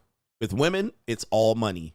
It's all about that. Now, women will say it's not money. It's security, protection. That's all money.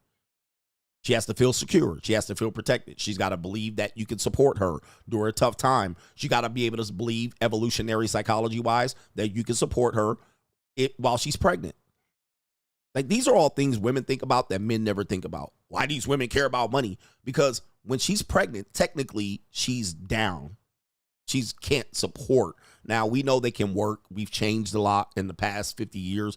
Women, you know, my ex-wife, when we were married, she took a jog. She was jogging the day her water broke. So she was exercising fully and working the entire time. But evolutionary wise, women are down. They're off the market. They're hatching, they're nesting, they're hatching eggs. So they can't support you. They can't protect you. So evolutionary, she's got to depend that you're going to do that and going to continue to do that for her offspring after the offspring are here. So yes, there's a reason why women move a certain way and they've never changed despite equality. They still believe that this is a hallmark of support. So it's always about the money with them. Ego, it's all about the ego with us. So when a woman does do things after we've given our world to them and we shared our world, despite the fact that we're not perfect, yes, men's ego can get ruined to the point where they might, unfortunately. But I would tell you, never, ever, ever do this. Okay? Never do this. Dude, it ain't worth it. No woman is worth dying on here in this planet. Because you got to think, any woman you die for, she gonna get her inside guts rearranged. Not even, you ain't even gonna be cold yet. You gonna barely catch rigor mortis. You gonna be barely catch rigor mortis. You're not even gonna be 6 feet in the deep dirt. You won't even have maggots crawling through your motherfucking casket before she getting her guts rearranged, before she thinking about planning another family with another nigga. I'm going to just let you know, do not do it, nigga. Do not. Nigga. She going to forget about your goof ass. She might use it as a sense to get some sympathy. Oh, my ex deleted himself. You know, I really hurt him bad or whatever. This woman going to fuck someone else in rapid speed. And I'm going to tell you why. It's not because they're whores and skeezers necessarily. And I want you to write this down. The reason why women do this, I'm always giving them an out. Ladies, you know I always give you an out. You don't have to give me excuses. I will give you a reason why you do your goofy shit. But ego, the reason why is that you don't know that when women experience trauma, they become whores. Okay, let me clean it up, ladies. When women experience trauma, they have sex. One of the traumatic responses, one of the responses to trauma is to have sex with women. Well, let me say that again. One of the responses to trauma that women will display is having sex. Normally with someone that they don't intend to have relationships with. Okay? They don't intend to have a relationship with the person they're about to have sex with, but they're going to do it. So depth in the family, she'll start fucking. With kind of no response. It might be drug-induced, alcohol-induced, and whatnot. She'll fuck. He says, I don't believe it. You better believe this. This is for years of me studying women. And not just women I dated. Because remember, I have family members. I also have, also worked on college campuses. When women experience sexual assault, one of the things they'll do is fuck immediately. They'll fuck another dude. They'll fuck 3 other guys. Right after saying they were sexually assaulted. This has been proven in many cases. That's why you can't slut shame women. A woman will say they will go on trial and they will have the defense will have a whole bunch of men that she done fucked before and after she got sexually assaulted. Like immediately. And they'll be like, nah, you can't bring that up. Why? Because it's a trauma response. Because you're shaming her for doing something that she did out of trauma response. I've seen women on my own college campuses, my own teams go through trauma. Their dad dies. They end up pregnant. Because first thing when their dad was dying is they fucking. And then a couple months, weeks later, a month later, they pregnant. Okay. So this is real. You're not going to see it that much. I had a woman that said she was sexually assaulted that afternoon and she was giving me the pussy. I'm like, how are you sexually assaulted, but you're giving me vagina right now? Like, this is weird. But one of the things they'll do as a response to trauma is go out and have reckless sex. because I don't know what it is, but it's the truth. You better write this shit down. If you want to ever learn women, you better learn that. If they say they went through a rough time, I've been going through a rough time, I'm depressed, I'm anxious, I'm a trauma, just might as well just say this right here. She's a hoe. She's hoeing right now. She's hoeing right now. If she says she's going through a tough time, she doesn't know where she's going, she's lost, she's trying to find herself, she's experienced trauma, somebody sexually assaulted me, you know dick is coming after that. That's what she's going through. I'm talking about reckless dick, nasty dick. She was sexually assaulted as a kid. Trauma response, hoe.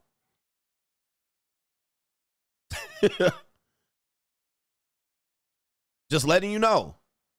That's how they get it back, right? That's how they get that control back.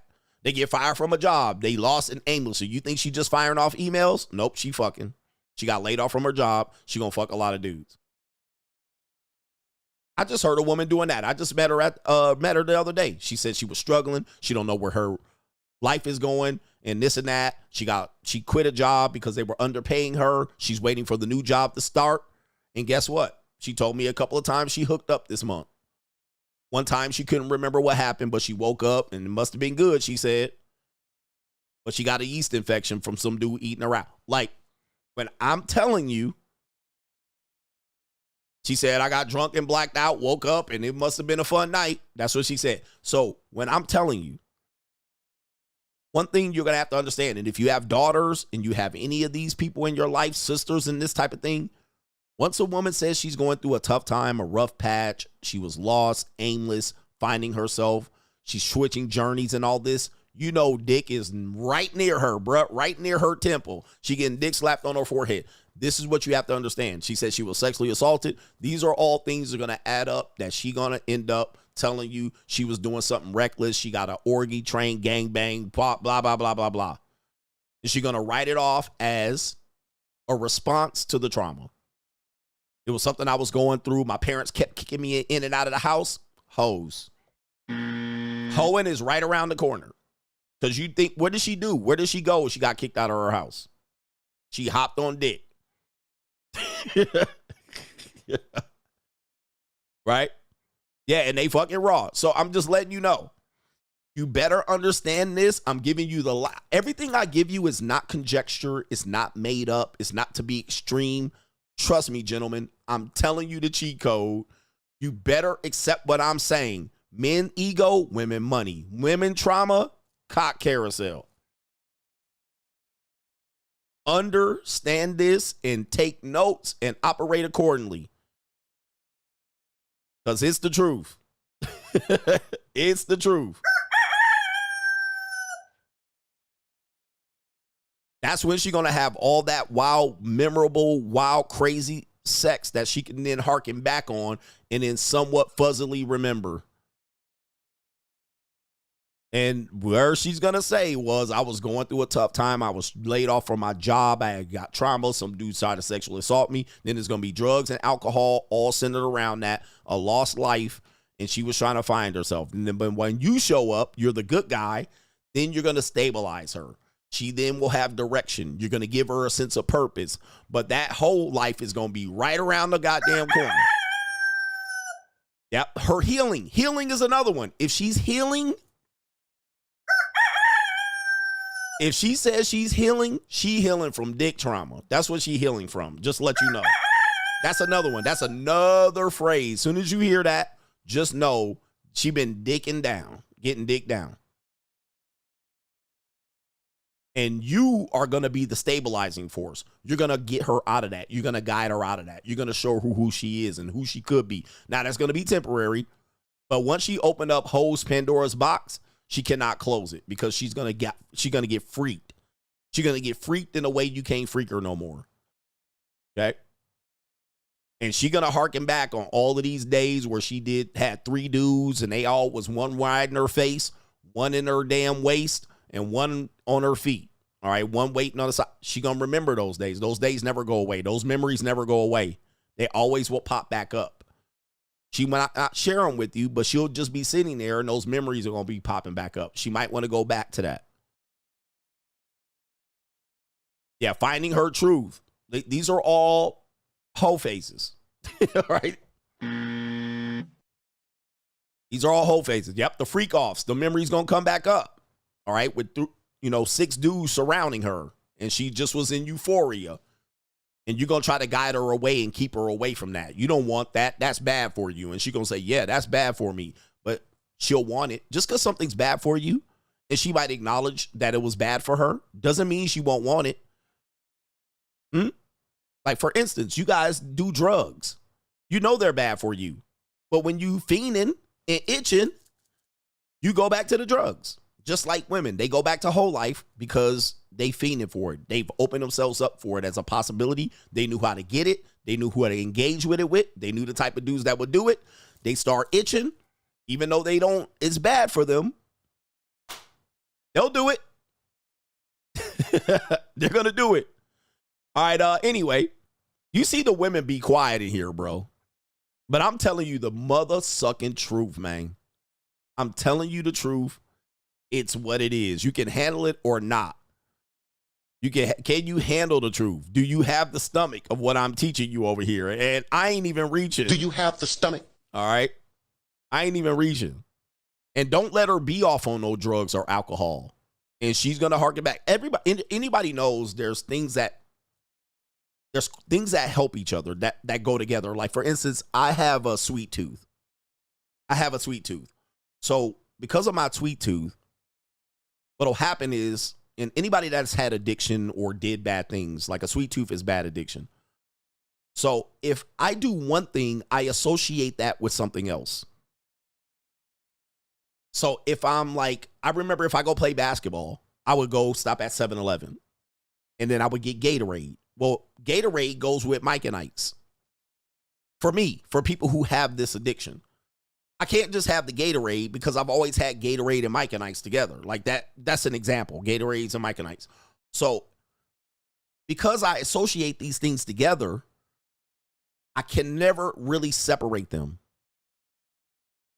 Which means, in effect, if a woman wants to give up whole life, but she goes out and parties in nightclubs and smokes weed or does a line of coke, fucking comes after that. Orgy, fucking, trains, hookup comes after that. You can't disassociate. She can't disassociate all of those. You can't separate them. So if she goes out the girls' nights out, she doesn't tend to be a hoe until somebody gives her a Molly or a perk. Now, the Molly and the perk activates the wholeness and the flirting and the over. She didn't intend to, but that goes hand in hand.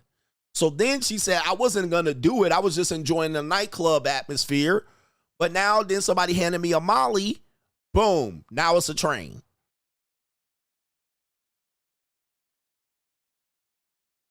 Because it goes together. Those things go together. What is it called? Disassociation. You cannot take those away. Just the nightclub might interact that. The nightclub and the drinks. Oh, it got me feeling a certain way. So now that you put yourself in that arena and then the next step has happened, now next thing that associates with that, it goes there. That's why dudes inherently know girls' nights out are bad. She might not do it every time, but girls' nights out are not good because once she's experienced that, she already knows how that leads. And all of a sudden she takes a perk. Now she's in the bathroom sucking Ben Roethlisberger's dick. Okay. So same thing with me. My sweet tooth is enacted mostly late at night. And I'm like, oh, damn, I'm going to go to bed without Mike and Ike's. You know what I mean? So then I got to get up. Now I find myself driving to 7-Eleven in the middle of the night because this has always been the case. It's been always something I easily did. Comfort. So that's typically how men know about women's behavior. And typically what you'll hear is that if she does these things, she'll blame it on alcohol, drugs. I didn't intend to, but something happened and I don't know what happened. And somebody gave me a weed, a vape pen, a line of coke. And all of a sudden I was at a dude's house and one thing led to another. This is why men know letting that bitch out of the house was a damn risk. Okay. But she's not going to blame it on her behavior. She's going to then blame it on the drugs or something happened. I don't know what happened. And maybe he slipped me something. Okay. Anyway, I do take a lot of time to teach so you understand why I come up with stuff. All right. But this is the truth. Addiction is real. But if you're dating a woman that smokes weed, that's an addiction. She normally smoking weed around a certain type of nigga, right? The plug and this type of thing. Normally, weed goes with fucking with women. Normally, women had to fuck to get the weed, right? You see what I'm saying? When she got weed, when she was in high school and college, she was fucking the plug. So whenever she does weed, she associates weed with the plug or a plug type activity. So who's she gonna reach to? A good man, a relationship guy when she's smoking weed? She's gonna reach to a plug type nigga. And the nigga with the weed, the plug, is gonna come up, give her some weed, and he's gonna expect to fuck her. Like, that's what he's been doing. So when she calls up for weed, he comes back and he's like, oh, I'm gonna go get some pussy from her. And inevitably he might. She might pay that day. She might offer some pussy that day. And he gonna be prepared either way. But the weed guy, the plug, the drug dealer, the Pookie will always have access to her, whether he wants to get it or not, because they're associated together. And this is a lot of reasons why people get women on drugs, because that's an easy association. Am I making things clear for you? We're not just blaming the women. We're just making it clear. All right, we're making it clear. Shout out to NGN. The bullying is going to be so bad that for Gen Alpha that their bullies will make AI prawn of them getting and banging their moms and spread it online and scaring them for life. I warned you and called it first. He lives in 2035. Shout out to you, man. I'm in 2035 with this shit. Here's William. My man says, I'm a weed plug here in San Francisco. Coach is not lying. Yep. Any woman that knows a drug dealer, and they almost all know one, if they know a plug, the plug still fucks them. Because when the woman's short on money, she always has a pussy to give up. So, right? She always has a pussy to give up. And most of the time they need drugs more than they have the money. So if she knows a drug dude, most of the reason why they might do things is that they're in debt to the drug guy. So they might have to give up that punani. I'm giving you information that a lot of content creators don't have. They don't have this info. I have this info. Shout out to the plug guy. I'm not telling you a lie at all. All right. If they know a guy that's a plug, they're probably in debt to him. And at some particular point, margin calls. She's going to have to split them legs. Hey, I done dropped off two nickel dime bags and you ain't gave me no money. You were short last time. This the third time. Plug gonna hit them guts. The symptomology is calling me back. My ex is about to become a physician and got proposed by another physician. He says, looks like she's winning in life. We have a daughter and we're married. She made the marriage really difficult. And now to offer another man what she refused me, I feel like a loser. It's okay. I think inevitably we don't want our exes to do well, but you do want them to do well. All right, so you will feel like a loser and you might feel like she leveled up before you. You need to find an outlet to be able to recover from that. And it seems like you haven't recovered. But there's various ways of outlets for this. It could be healthy or unhealthy. We want you to take an unhealthy. All right, we want you to take a healthy way out of it. That could be you getting your pleasures and your meat fixed in a healthy way. As to disassociate with that. It could be you looking at it differently and saying at least she's not out here poor and depressed and affecting your daughter. All right, that's a healthy way to look at it. She might not be winning in life, but you winning in life, you don't have to deal with that woman. You said that she made it difficult for you in the marriage. Well, you're winning. All right, you're winning. Maybe now then you don't have to beat her to the punch and remarry. A healthy way to look at it is she got remarried. That's an L for her, or that's an L for the other man, or maybe it works out for them. You don't want it to be your L. At least you didn't have to get remarried to prove her wrong. She beat you to the punch. You're good. Now, what'll happen is only time will tell. She'll get divorced. She's not winning no more.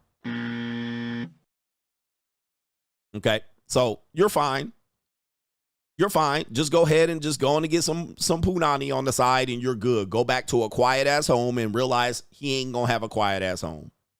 Dennis S. says, examples of sex trauma from the big screen is Halle Berry in Monsters Ball.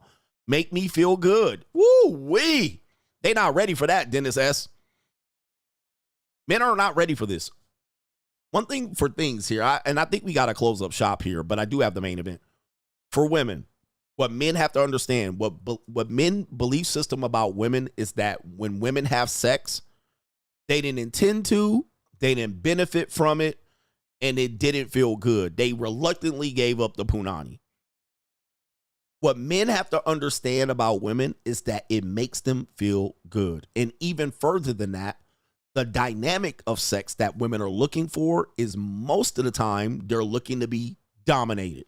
All right, so I like to get dominated. All right, so most of the time, unfortunately, that most men don't understand, especially men that are inexperienced, is that women like risky, dominant sex with men they can trust. All right, they want it. It feels good for them. It makes them connect. It makes them their responses go crazy, especially if the guy knows what he's doing and she can release her body and mind to that man, and that man takes control of her in a way that makes her feel good. The slap on the ass, the choking, the pulling of the hair, you know, these things from behind, the slap, these things are things that make them feel good. What men believe is that, oh, she lost, she didn't get what she wanted, he won, he skied it, he hit, and she didn't even get the man.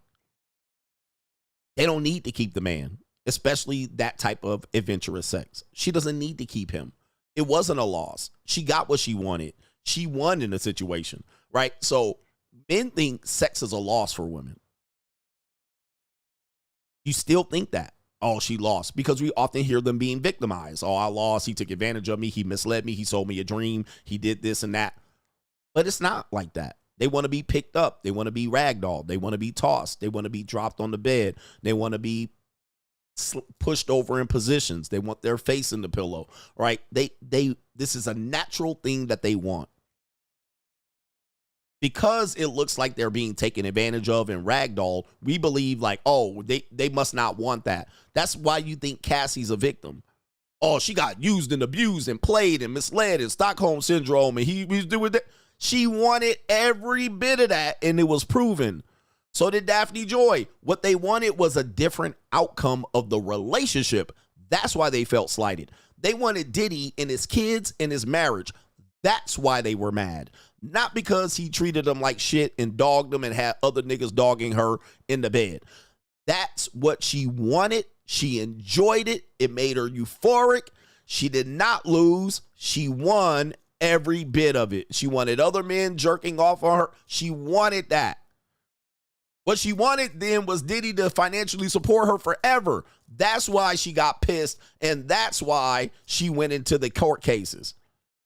So what men have to reframe their mind to is that women don't lose when they give up sex. They got exactly what they wanted.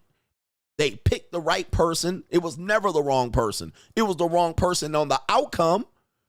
The outcome was the wrong guy. He ended up being a shiftless, lazy, deadbeat daddy or an abuser and blah, blah, blah. The outcome was not what she wanted, but the sex is exactly what she wanted. That's what she wanted. So don't ever, you guys got to shift your mind to thinking that the woman loses just because she gave up the pussy. Yeah, she might not have got the right treatment. She might not have got the relationship. That's the outcome. But she was, willing participant when she was getting folded up, when she was getting ragdolled and tossed in positions and whatnot. During the moment, she got exactly what she wanted. She got dicked down. She wanted to get dicked down. And yes, young women, 14, 15, 16, 17, 18, 19, 20, 21, 22, 23, 24, they all wanted it. They didn't want to get pregnant. They didn't want to have the early terminated pregnancy. That was not their intention, but they wanted to get dicked down. In that moment, that's what they wanted. As long as they were consented. If they were consenting, they wanted all of that work. They wanted the train. They wanted the hookup. They wanted the double penetration. They wanted all of that. They wanted the OnlyFans. They wanted the busted wide open. Now, what is the outcome? people still remember it and hold it against them. That's what they didn't want. They wanted to spread their booty cheeks online. They wanted to hoe around. They wanted to be with the drug dealer. They wanted to be with the popular guy. They wanted to be with Chris Brown. They wanted it. What they wanted was a different outcome. And that's what they complain about. The outcome, not the moment. They wanted all of that shit. Anyway. Okay. Yep. They wanted the facials. They asked for it. They wanted to get peed on. They asked for it. That's what they wanted. She said it made me feel good. It made me feel possessed. I wanted you. Pee on me in the shower. They wanted it. It ain't like niggas be bringing that shit up. They be bringing it up. So this is what men need to understand, because y'all be out here trying to figure this shit out. I'm trying to make the math simple for you. Ego, money. They want exactly what they want. They just don't like the outcome. And when you go with that, you can win in life. Most of the dirtiest shit going on in these bedrooms, I would say 80% of the time, the women are asking for it. Especially when I'm around, because I don't be asking to do this crazy shit. I'll just hop on top of you and pump on you. All right, that's what I'll do. I'll maybe switch it up here and there. But most of the time, what I'm experiencing is that these women are asking for the most wildest shit. It's the women asking for it. They're asking to be recorded. They're asking to be videoed. They're asking you to record them in certain positions. They're asking for them to get dookie and peed on. They're the ones asking for this. They're asking you to cream pie them. And then they tell, well, you shouldn't have done this and you shouldn't have. They're asking for the cream pie. They're asking for you to nut on the face. You never be like, let me nut on your face. It's never that. They be like, why don't you do this? They're the ones asking for it in the moment, in the bedrooms. You know what would be great if you do this? All right. They're the ones asking for it. They be like, put it in the back door. They're the ones asking for it. They're the ones consenting to it. They're the ones rejecting it. They're the one. Yep. They're asking to get handcuffed. They're the ones bringing the toys in. They're the ones bringing this where they strap their wrist to their ankles. They're the ones bringing it in. We just want to hop on top of them. But then they're the ones, we want to try this, want to try that. So we have to understand that. They're the ones saying, pull over here in this parking garage and let me go behind the car and fix your meat. They're the ones asking. Most men aren't like, you know what I want you to do? I want you to fix my meat behind this in this parking garage. They're the ones saying, you know what would be sexy? Some risky sex. Just letting you know. It's them. Most of the time, there are some dudes that'll do it, but it is them. It is them. I just want to get on top of them real quick and get a little bit of a quick feel, but they're the ones going off in ham here. Because really, it's boring for them to do that. If a woman asks you, what's your favorite position? And you say missionary, she like this. She be bored.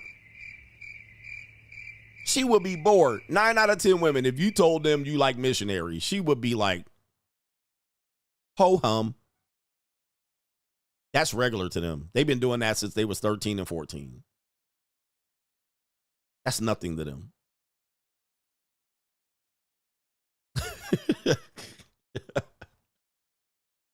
She would be like, really? Oh, my God. All right, that ain't enough. That ain't enough.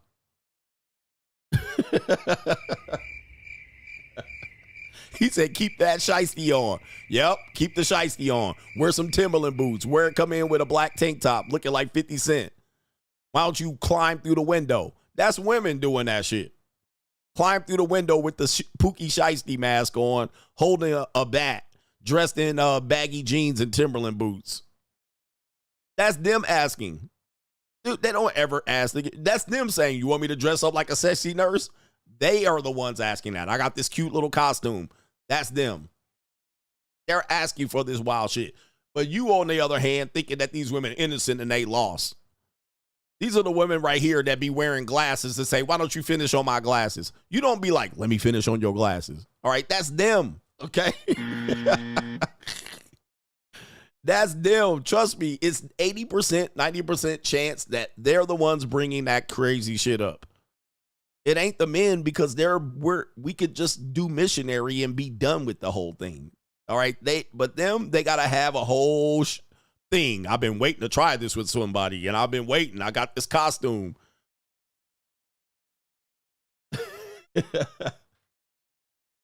Oh, man. Yeah, if you told a woman I'm going to put my Pookie Shiesty mask on, she would be like, I don't know. That sounds kind of grapey.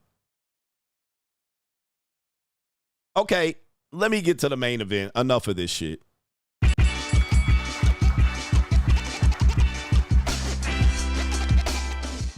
Main event, let's do it. The ladies are appalled. I'm telling them their secrets. 74% of women want men to pay all the bills. This is according to this particular thing right here. Girls, it says 74% of women want a man who pays for everything. That doesn't mean she'll be loyal to them. That doesn't mean she'll be monogamous with them. That just means that's what she wants. And it says right here, according to the data, according to a 2023, it's a Qualtrics survey, 74% of women say they prefer a man who pays for everything, citing financial leadership as a key sign of security, respect, and long-term stability. This preference isn't just about luxury, it's about emotional ease. Okay, this is definitely post-cock carousel shit.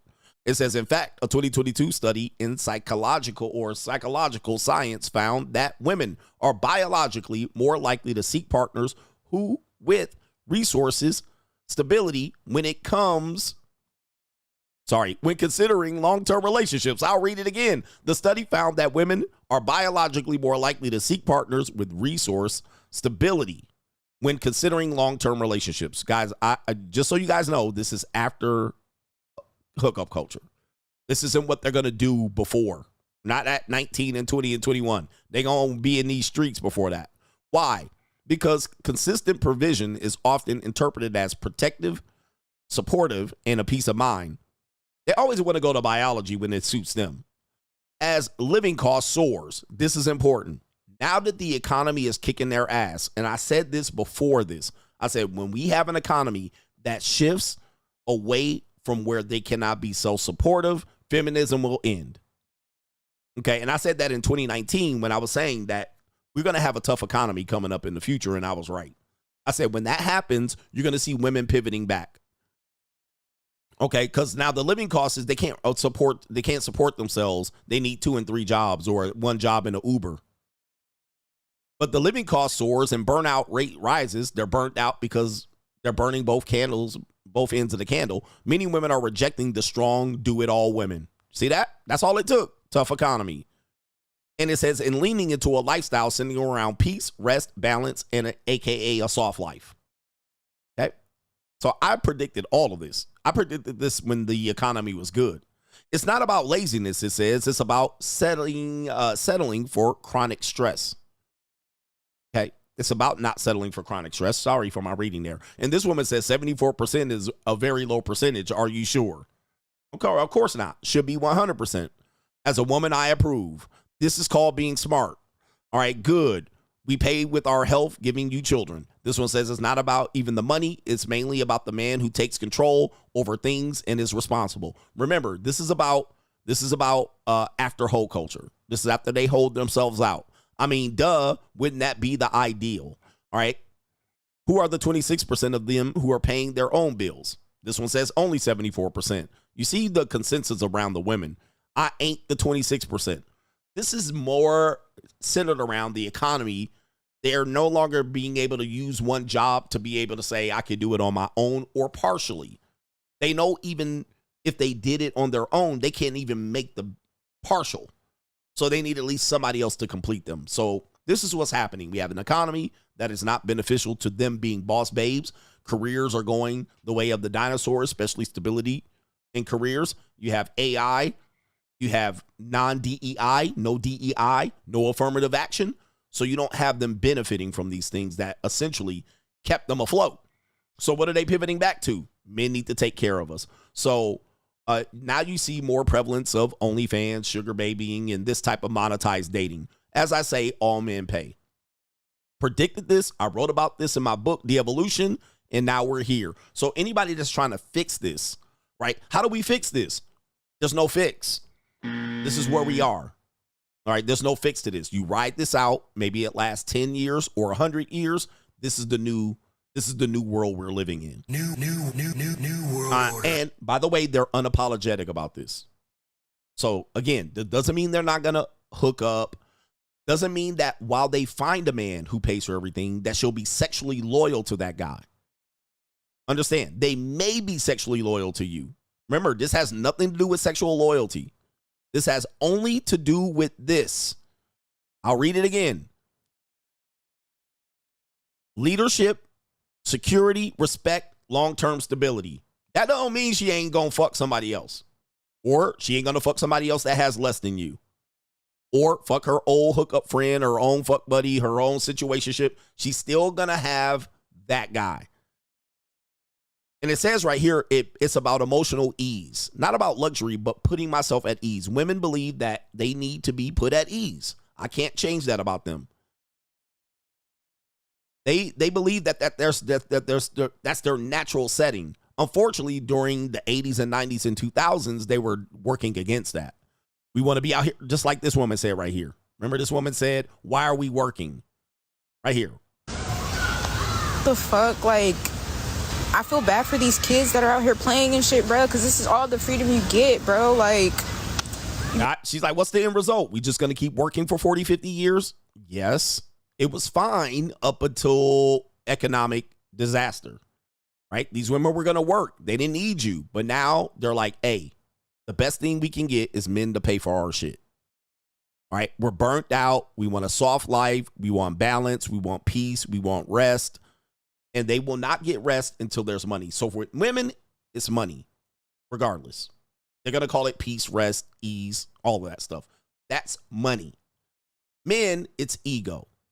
We want a woman that's sexually loyal to us, that we care about, that we take care of. We don't have enough people to give everybody that. That's why we're still going to be up Schitt's Creek. There's not enough men that can support all these women. There's not enough women that will be sexually loyal to men that don't provide ease. And there's no guarantee she'll be sexually loyal if you provide ease.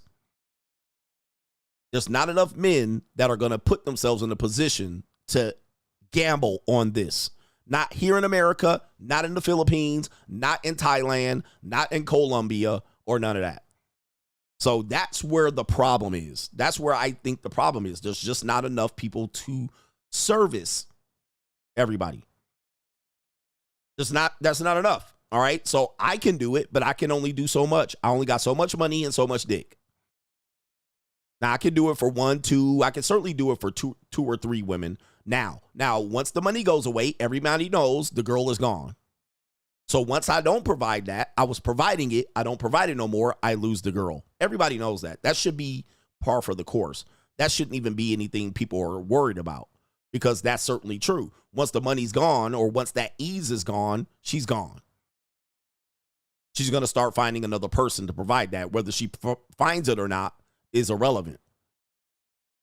So this is all it is. This is all it is. This is why people have practiced polygamy, polygyny, and whatever you want to call it, because this was always the case. We're evolving back to the original plot. And soon as biology benefits them, they say, well, it's biological. But it's also biological for me to want to fuck 100 women and have 5 wives. That's biological. You see, when the science works for me, they were like, well, you should have some integrity and some morality. Now morality comes up. But they didn't mention morality in this. Where's the morality in this? Well, it's the right thing to do, and men should take care of women, okay? The morality is not, the moral argument is not there. Well, aren't you supposed to be sexually dedicated to that guy? Well, you know, a girl's got to do what a girl's got to do. I got to go to girls' nights out. See, the problem with this, and this is the problem, is that when you have this, 74% of women want men to pay for everything, which is fine. I'm fine with that. What men can't get is sexual exclusivity. He can't guarantee that, number one. He can't keep her in the house. He can't keep her off of social media. He can't keep her out of the fucking nightclubs. He can't keep this woman from being a whore when she shows up. This is one of the main problems now. So she's going to come in, OnlyFans, high body count, skeezed out. She's going to come in old, worn out, tired, and exhausted and burnt out.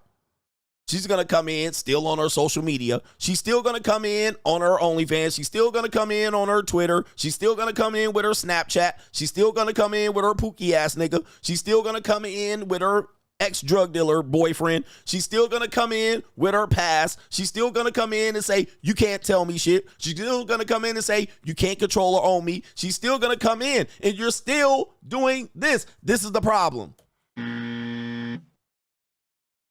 The minute you try to then put the clamps on her motherfucking life and tell her and control her, she gonna say, you don't own me. I don't have to do any of that. Don't be controlling. Don't be insecure. What? My past don't matter. Your body counts don't matter.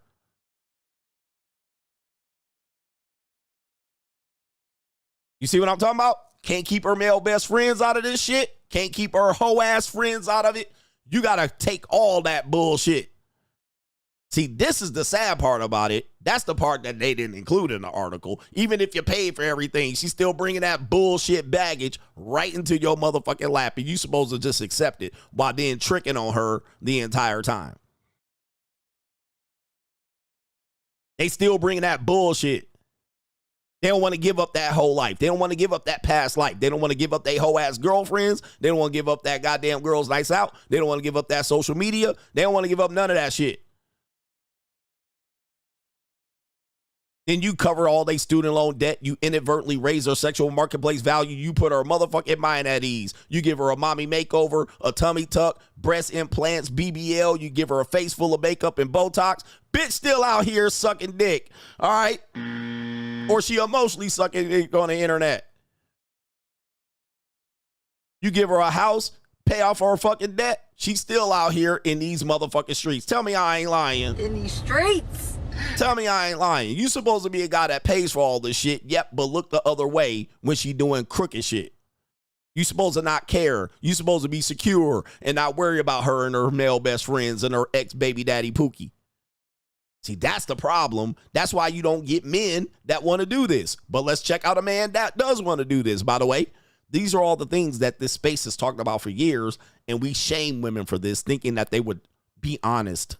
All right, but why is hypergamy the dating trend sweeping 40% of Americans? In fact, that 40% of American women say yes. Hypergamous dating, showcasing success and affluence on the first date, aka leading with your wallet, and success is an attractive, significant factor in the attractiveness for men and women. All right, so 47% of women who learned what hypergamy was, once they learned about hypergamy, which was a negative thing in our space, they had a positive perception of hypergamy. Positive. So once told, these women are hypergamous. They wait at the finish line. They date 20% of men. They only want money. Right? When they were told, okay, the red pill has a phrase. Evolutionary psychology has a phrase called hypergamy, which we were supposed to tell women and they were supposed to be shamed. 47% of them said, oh, I have a positive perception of hypergamy, which means 53% didn't. But 47% of Americans consider it luxurious if their date includes learning about the date's background. Okay, that's not the phrase. That's not what I wanted to read. What I wanted to read was up here. 43% admitted that they were not aware of the term hypergamy and found themselves exhibiting traits of hypergamy, a form of romantic attraction where one person is drawn to another who has a higher social economic status than themselves. Oh, I never heard of that. Yeah, but now that I know it, yes, I'm hypergamous. Yeah, what's wrong with that? Just like we see in this one here. 74% of women want a man who pays for everything. Comments? The women are like, yeah. I approve. That's what I'm looking for. That would be best case scenario. It should be 100%. That's low percent. Are you sure? I mean, duh. That would be ideal, right? Wouldn't men want this? I ain't the 26%. Okay, so you can see where women's heads are going. They're like, yeah, they're thinking men find this to be the position they want to be in. They're volunteering for this. Don't men want to pay for all women's bills? Don't they want a woman to take care of them and love them for taking care of them? Yeah. Yeah. Doesn't matter if I work at Target. If the woman, doesn't matter if the woman works at Target or she's an executive. They're like, yeah, duh. Okay, so now we got this one out here. We got a guy that says right here. Is this the video that I wanted to show? Let's see it. Time I said, if you have a good woman and she's out spending your... Okay, that's not the video that I wanted to show. All right, so let me see if I can find the video. Let me see here. See here. Let's see. Where's the video at? For a while, I was like, man, I want a girl that's as driven as me, you know, because I'm super driven. I want a girl that's super driven. And, you know, I've gone out with some girls in medical school. Okay, that's not the video either. All right, it was a video earlier today. I don't know if I'll play it, okay, because I can't find it. But it was a guy basically saying he wants to take care of a woman, right? Let's see here. I might not be able to find it. Okay, I won't be able to find it. But there was a guy basically saying, I want to spend all my money on a woman. All right, but anyway, I won't be able to find it. But here's this. Here's this right here. If someone asks you what your job is, just say gold digger. And if they're broke, they'll leave. If they have a sense of humor and they got money, they'll laugh. Fastest way to get rid of some dust. If someone asks you what your job is, just say gold digger. And if they're broke, they'll leave. If they have a sense of humor and they got money, they'll laugh. All right, so there you go right there. That's Sprinkle herself. The fastest way to get rid of some dust is to say you're a gold digger. All right, say you're a gold digger. Gold digger used to be a pejorative. Today, you would highly probably find women saying, yes, I'm a gold digger. Definitely when I've dated hypergamously or on the monetized dating marketplace, and you're dating Asian women and you're dating Russian women. See, this thing, you know, a lot of my audience is black men, 50%. So, you know, obviously you're going to have black men that think black women are like this. But trust me, if you ever date Asian women or Russian women, they'll tell you right up front that they're gold diggers. Moroccan women, because I date across the international board. I'm an international lover. Yeah. Certain Asian women, they do not hide this, bro. They don't hide this. Now, it might be a couple of baht and cheaper, but they'll run your pockets too. And you'll come over there with your Social Security and your retirement pension, and they will run them fucking pockets. All right. Russian women are known to be admitted gold diggers. All right. Moroccan women and Mickey Ficky Asian women, they're known gold diggers. They do not hide it, bro. They don't hide it. So you guys think that the black women are doing it. They're doing it on motherfucking WIC and EBT rates. The little money they trying to get off of you because you're at the bottom of the economic rung. That little money you think she tricking off of is very little compared to what these Russian women will get your ass on. All right, these Russian women will fucking turn your motherfucking pockets inside out and be unapologetic about it. They'll look at you stone cold and say, you better bring some money in. Not only that, JEWSs, they gold diggers too, okay? So don't think this is just black women and this and this. Nah, bro. This is an American women. It's the modern women. All right, nah, bro. They will run your pockets in any damn country. So let me show you this woman here. We have a Ling. Here's a Ling right here. You admit that all you're after is money. No, I don't. Aren't you funny?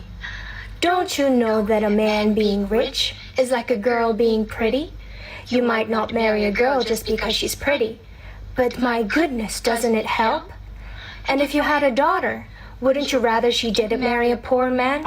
You'd want her to have the most wonderful things in the world and to be very happy. Oh, why is it wrong for me to want those things? See? Go get yourself a rich husband. That's what I'm gonna do. There you go. So this is woman looks like she's Chinese. All right. So guys, let me tell you, it ain't just black women. I mean, I know y'all think it's black women because they be trying to get you for your motherfucking Jiffy Lube check. All right. To get you to take them out to Sizzler and Red Lobster. Dude, that's the minor leagues. Trust me, guys, that's the minor leagues. You're in the minor leagues if these bitches trying to get you for your little $300 of child support. You're in the minor leagues with these black women. These black women ain't even in the major leagues. They can't even play in the major leagues. They ain't even in single A baseball. All right, these women in the motherfucking little league. Black women are in little league, and when it comes to gold digging, all right, they in the little leagues. When you mess with other races of women, white American women, Chinese women, they'll do it with a smile. They'll do it with all the cutesiness, and they'll run your goddamn pockets. Okay? And they'll do it and tell you right to your face. They'll tell you right to your face, bruh. She's like, that's my goal. And she in a dingy ass apartment talking about rich guy. See, this is what we're talking about, man. Dingy ass apartment. She in a dirty ass regular workout tee talking about rich husband. See, but let me tell you, there's an old 87-year-old, 67-year-old white man that will cuff this up quick. Cuff her. There's a 67-year-old white man right now that will cuff this shit out. Where Bill Gates at? Don't let Bill Gates near her. Okay? Okay? At all. What kind of fuck you give me? Okay? Yep, black women are the cheapest, bro. They the cheapest lay out here. Let me get you some groceries. $125. You beating the pink punani off of that woman. All right? And then pay for a Ling Ling's grocery. She's still looking at you like, so a Russian woman's grocery. She was like, okay, that's nice. And all right. So don't get it twisted, man. They all are telling you this right up front. And she ain't even got nothing to support herself. See, where men want to see is, well, what is she bringing? She don't have to bring nothing but that right there. All right. This 27-year-old type pussy. 27-year-old type pussy. That's all she need to bring. And that's all she has to bring. That nigga Al Pacino will be in there. Okay? In there. All right, let's go with the next one right here. We have an Asian woman out here. And trust me, a lot of these Asian grandmothers be telling their Asian granddaughters what to do. This is not in English, but I'll translate it. All right, the grandmama. You see grandmama. See, this is where y'all be like, how do we fix this, coach? Guys, you got to get to grandma. She said, is your boyfriend giving you money? No, he's not giving me money. Why aren't you asking him to give you money? Are you kidding me? You seriously don't ask him to give you any money. All right? Hey. What kind of fuck you give me? No, I don't. Why aren't you asking him? I don't know. I just don't. She said you're stupid. Now, I just had a whole husband drop his whole wife over at my house last night. And she was a Ling Ling. American people ain't kind of fuck. All right. All right. So they about the money, bro. They don't care. She's like, that love shit is nice, but hey, have my wife. Because they need money. All right. It is what it is. Don't at me. Don't judge me. It is what it is, bro. Love ain't mixed with this pimping. All right. She like, sucky, sucky. Let's go. Get some money. She said, you stupid. Your man ain't giving you no money. You dumb broad. How should I ask him for money? You should ask him for at least 5,000. Now, I don't think that's 5,000 US dollars. No need to ask for too much. Don't ask for too much. What do I tell you about Ling Lings? They gonna slow roast your monkey ass. Slow roast you. Long game. Don't ask them for too much. That's what sisters need to learn. That's what a lot of people need to learn. They asking for too much. Can you pay my rent? Just a little bit. It's probably 5,000 baht. It's probably not US or whatever they are at, wherever they are. Might be yen. You tell him that if he keeps all his money, listen to this. You tell him that if he keeps all his money, he's just going to keep spending it. Basically, he's going to spend it on something or someone else if he keeps his money. But if he gives it to you, at least you get some money.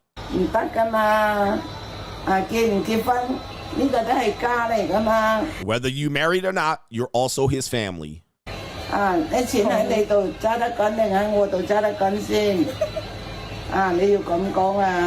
said, you have to say this.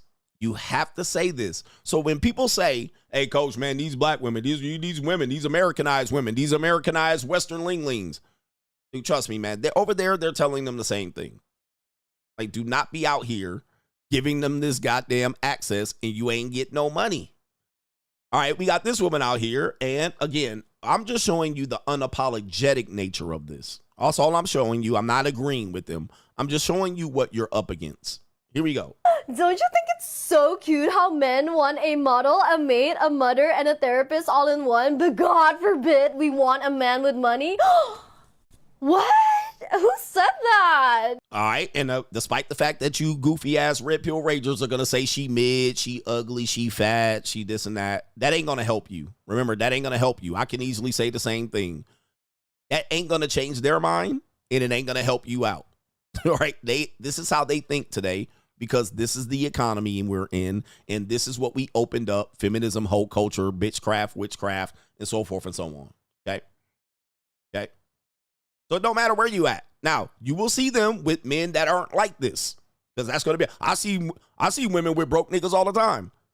Yeah, but is that broke guy getting the best version of that woman? The answer is no. All right. The answer is no. Hide nor hair. He putting up with bullshit. Don't you think it's so cute how men want a model, a maid, a mother, and a therapist all in one? But God forbid we want a man with money. What? Yep, and is that a Ling Ling? Yes, it is. What kind of fuck you give me? All right. Yes, it is. Another Ling Ling. All right, so there's no escaping it. Americanized Ling Ling, if you will.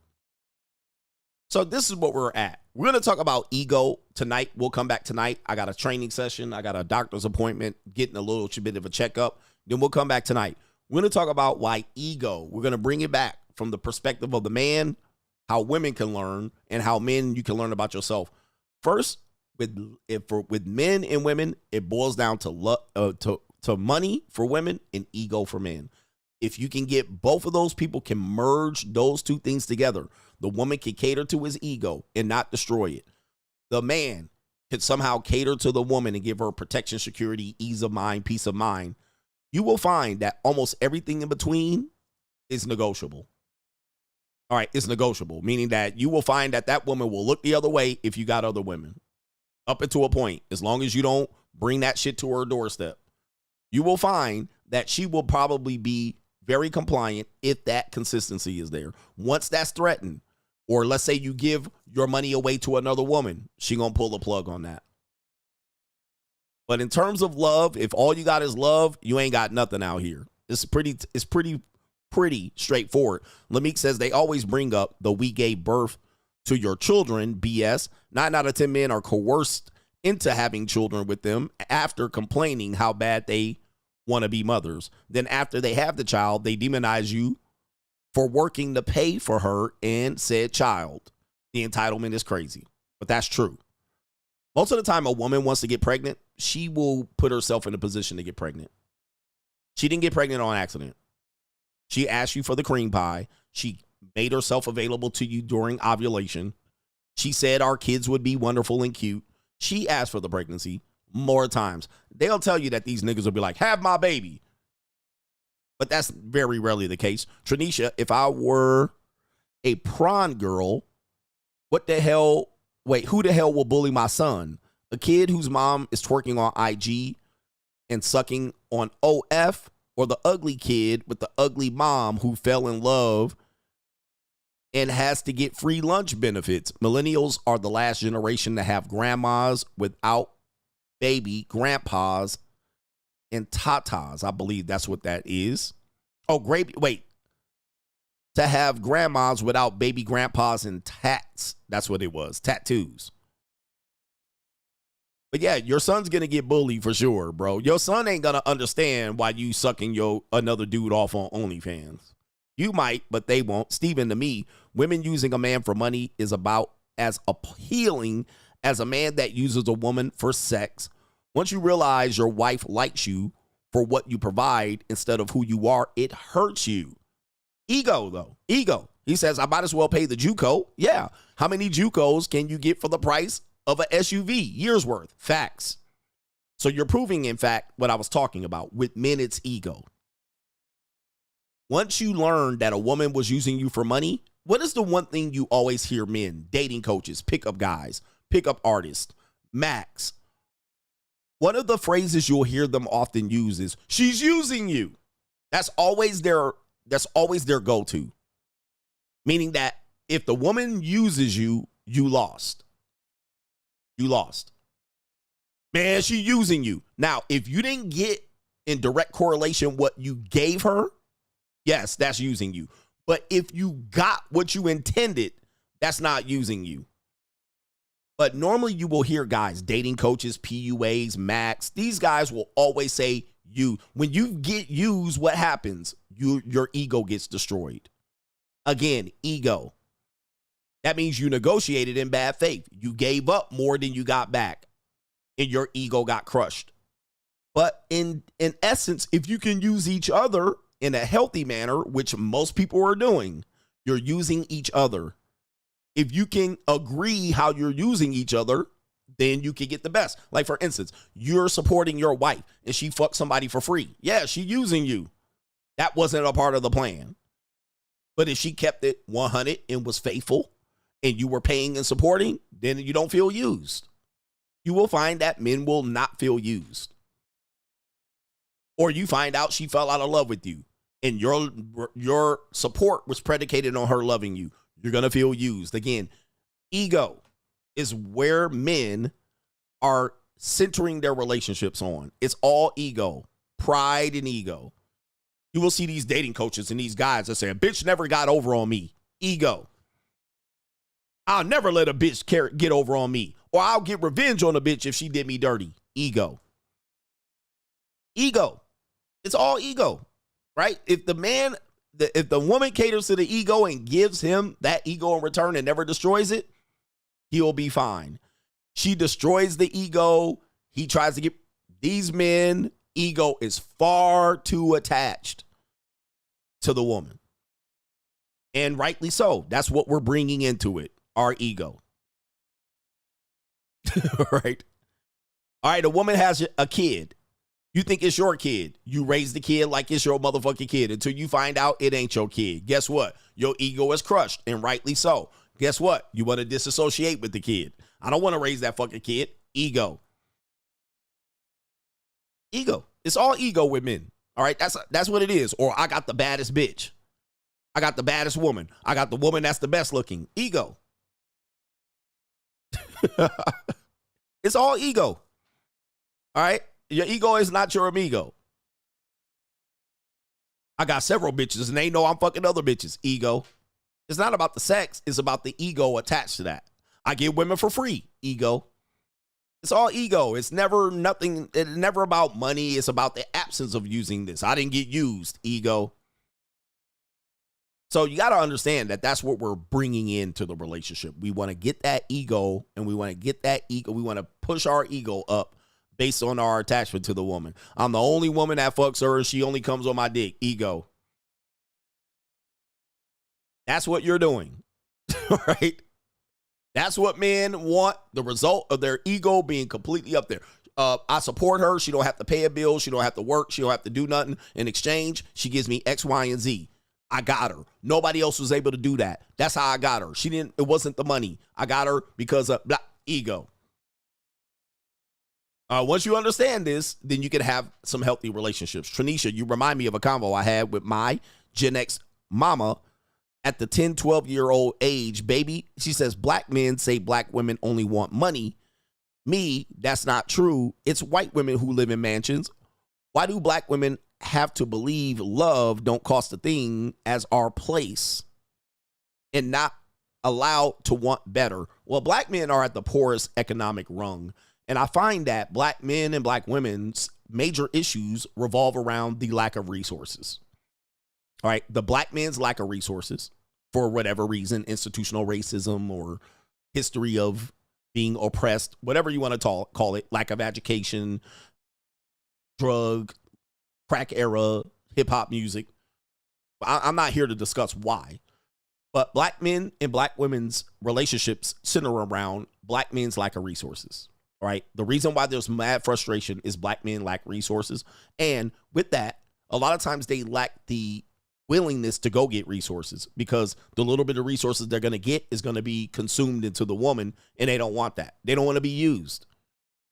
And black women tend to be kind of on record as being less faithful. So they know the woman's going to fuck around on him, and why would he invest in that? So there's problems on both sides. But black men tend to be the shiftless and lazy and misguided and don't have a purpose, right? They are misdirected. They're fatherless. They don't know what the fuck to do with their lives, and they will spend the first 40 years completely motherfucking lost. They don't have men raising them, father figures raising them, so they'll spend the first 40 years trying to prove that a black woman likes him, only to find out she don't like the motherfucker, all right? She needs some money. All right, so, and then black men are the lowest on the economic, overall, in the United States and worldwide, lowest on the economic scale. We're least attractive financially. So most of the time, then we only bring dick to the conversation. Well, at least I got this dick, ego. Dick can only go so far. Dick don't pay the bills. All right. Dick makes more children and more problems. All right. All right. So it's all ego. It's all ego. Black men just want to prove they can get a woman to like them just for them and their loser life. You know, their life ain't going fucking nowhere. All right, well, she likes me, though, where my life ain't going nowhere. She likes Pookie like that, so I'm going to be that. They like the Pookie Max. Ego. Ego. But, yeah, it's the white women that clearly are doing gold digging, all right? And the white men know this. Like, they pretty much know that that's the basis of the relationship. And they still participate. They live in good neighborhoods and all that. You think it's because the white man's dicking her down? You think it's because the white man, she loves the white man more than anything? No. Darkside Foundation says, Coach, you speak the truth. When you put your hand on their neck, talk dirty, and God forbid, put a do-rag on, they go crazy. That grip they will hit you with when they climax will be diabolical. He says, then they start convulsing. They want it. Not to mention if they want to be slapped. I mean, it's crazy. Women are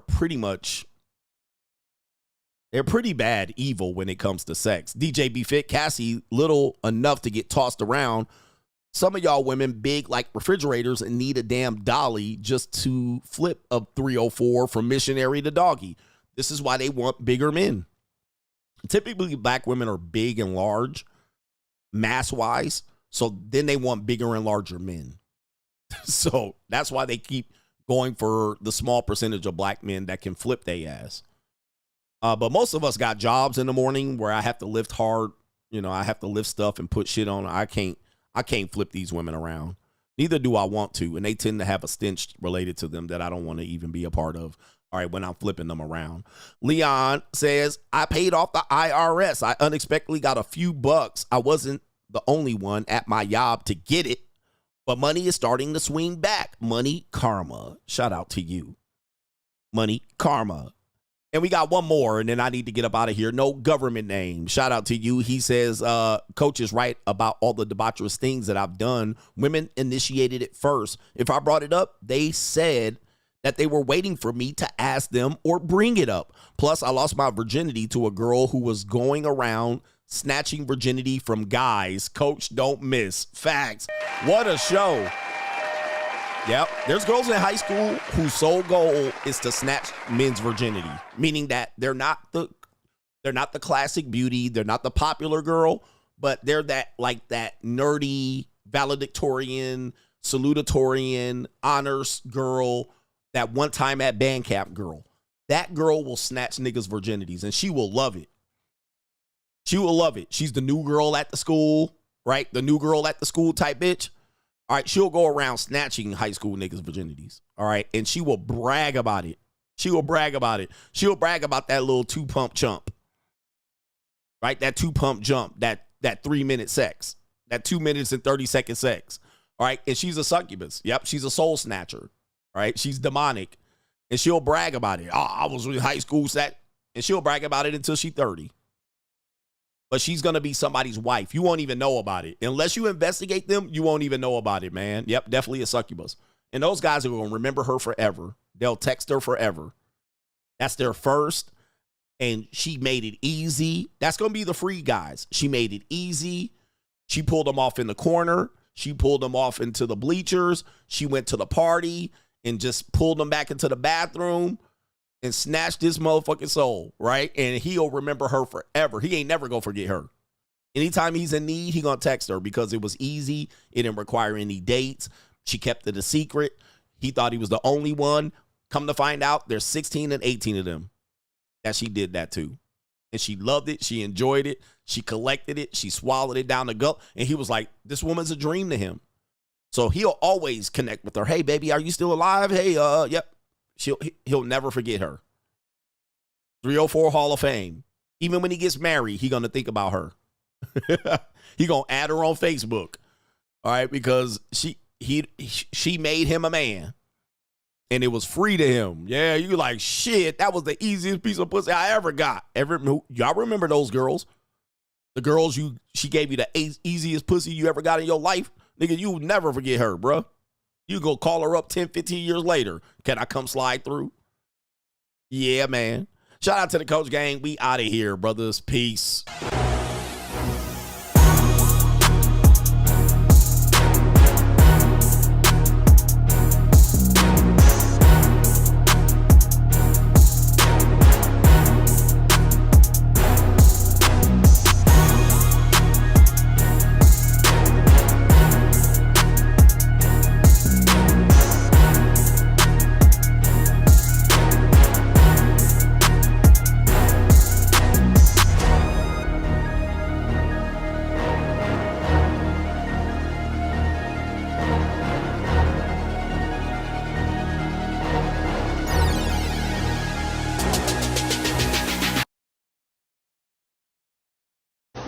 Boss up, nigga. And by the way, some of these girls are your sisters. Uh-oh. Some of these girls that did that to these high school boys, your sister is that girl. Oh, no. Or it might have been your niece or your cousin or your mama. Oh, no. We'll be back tonight. Peace.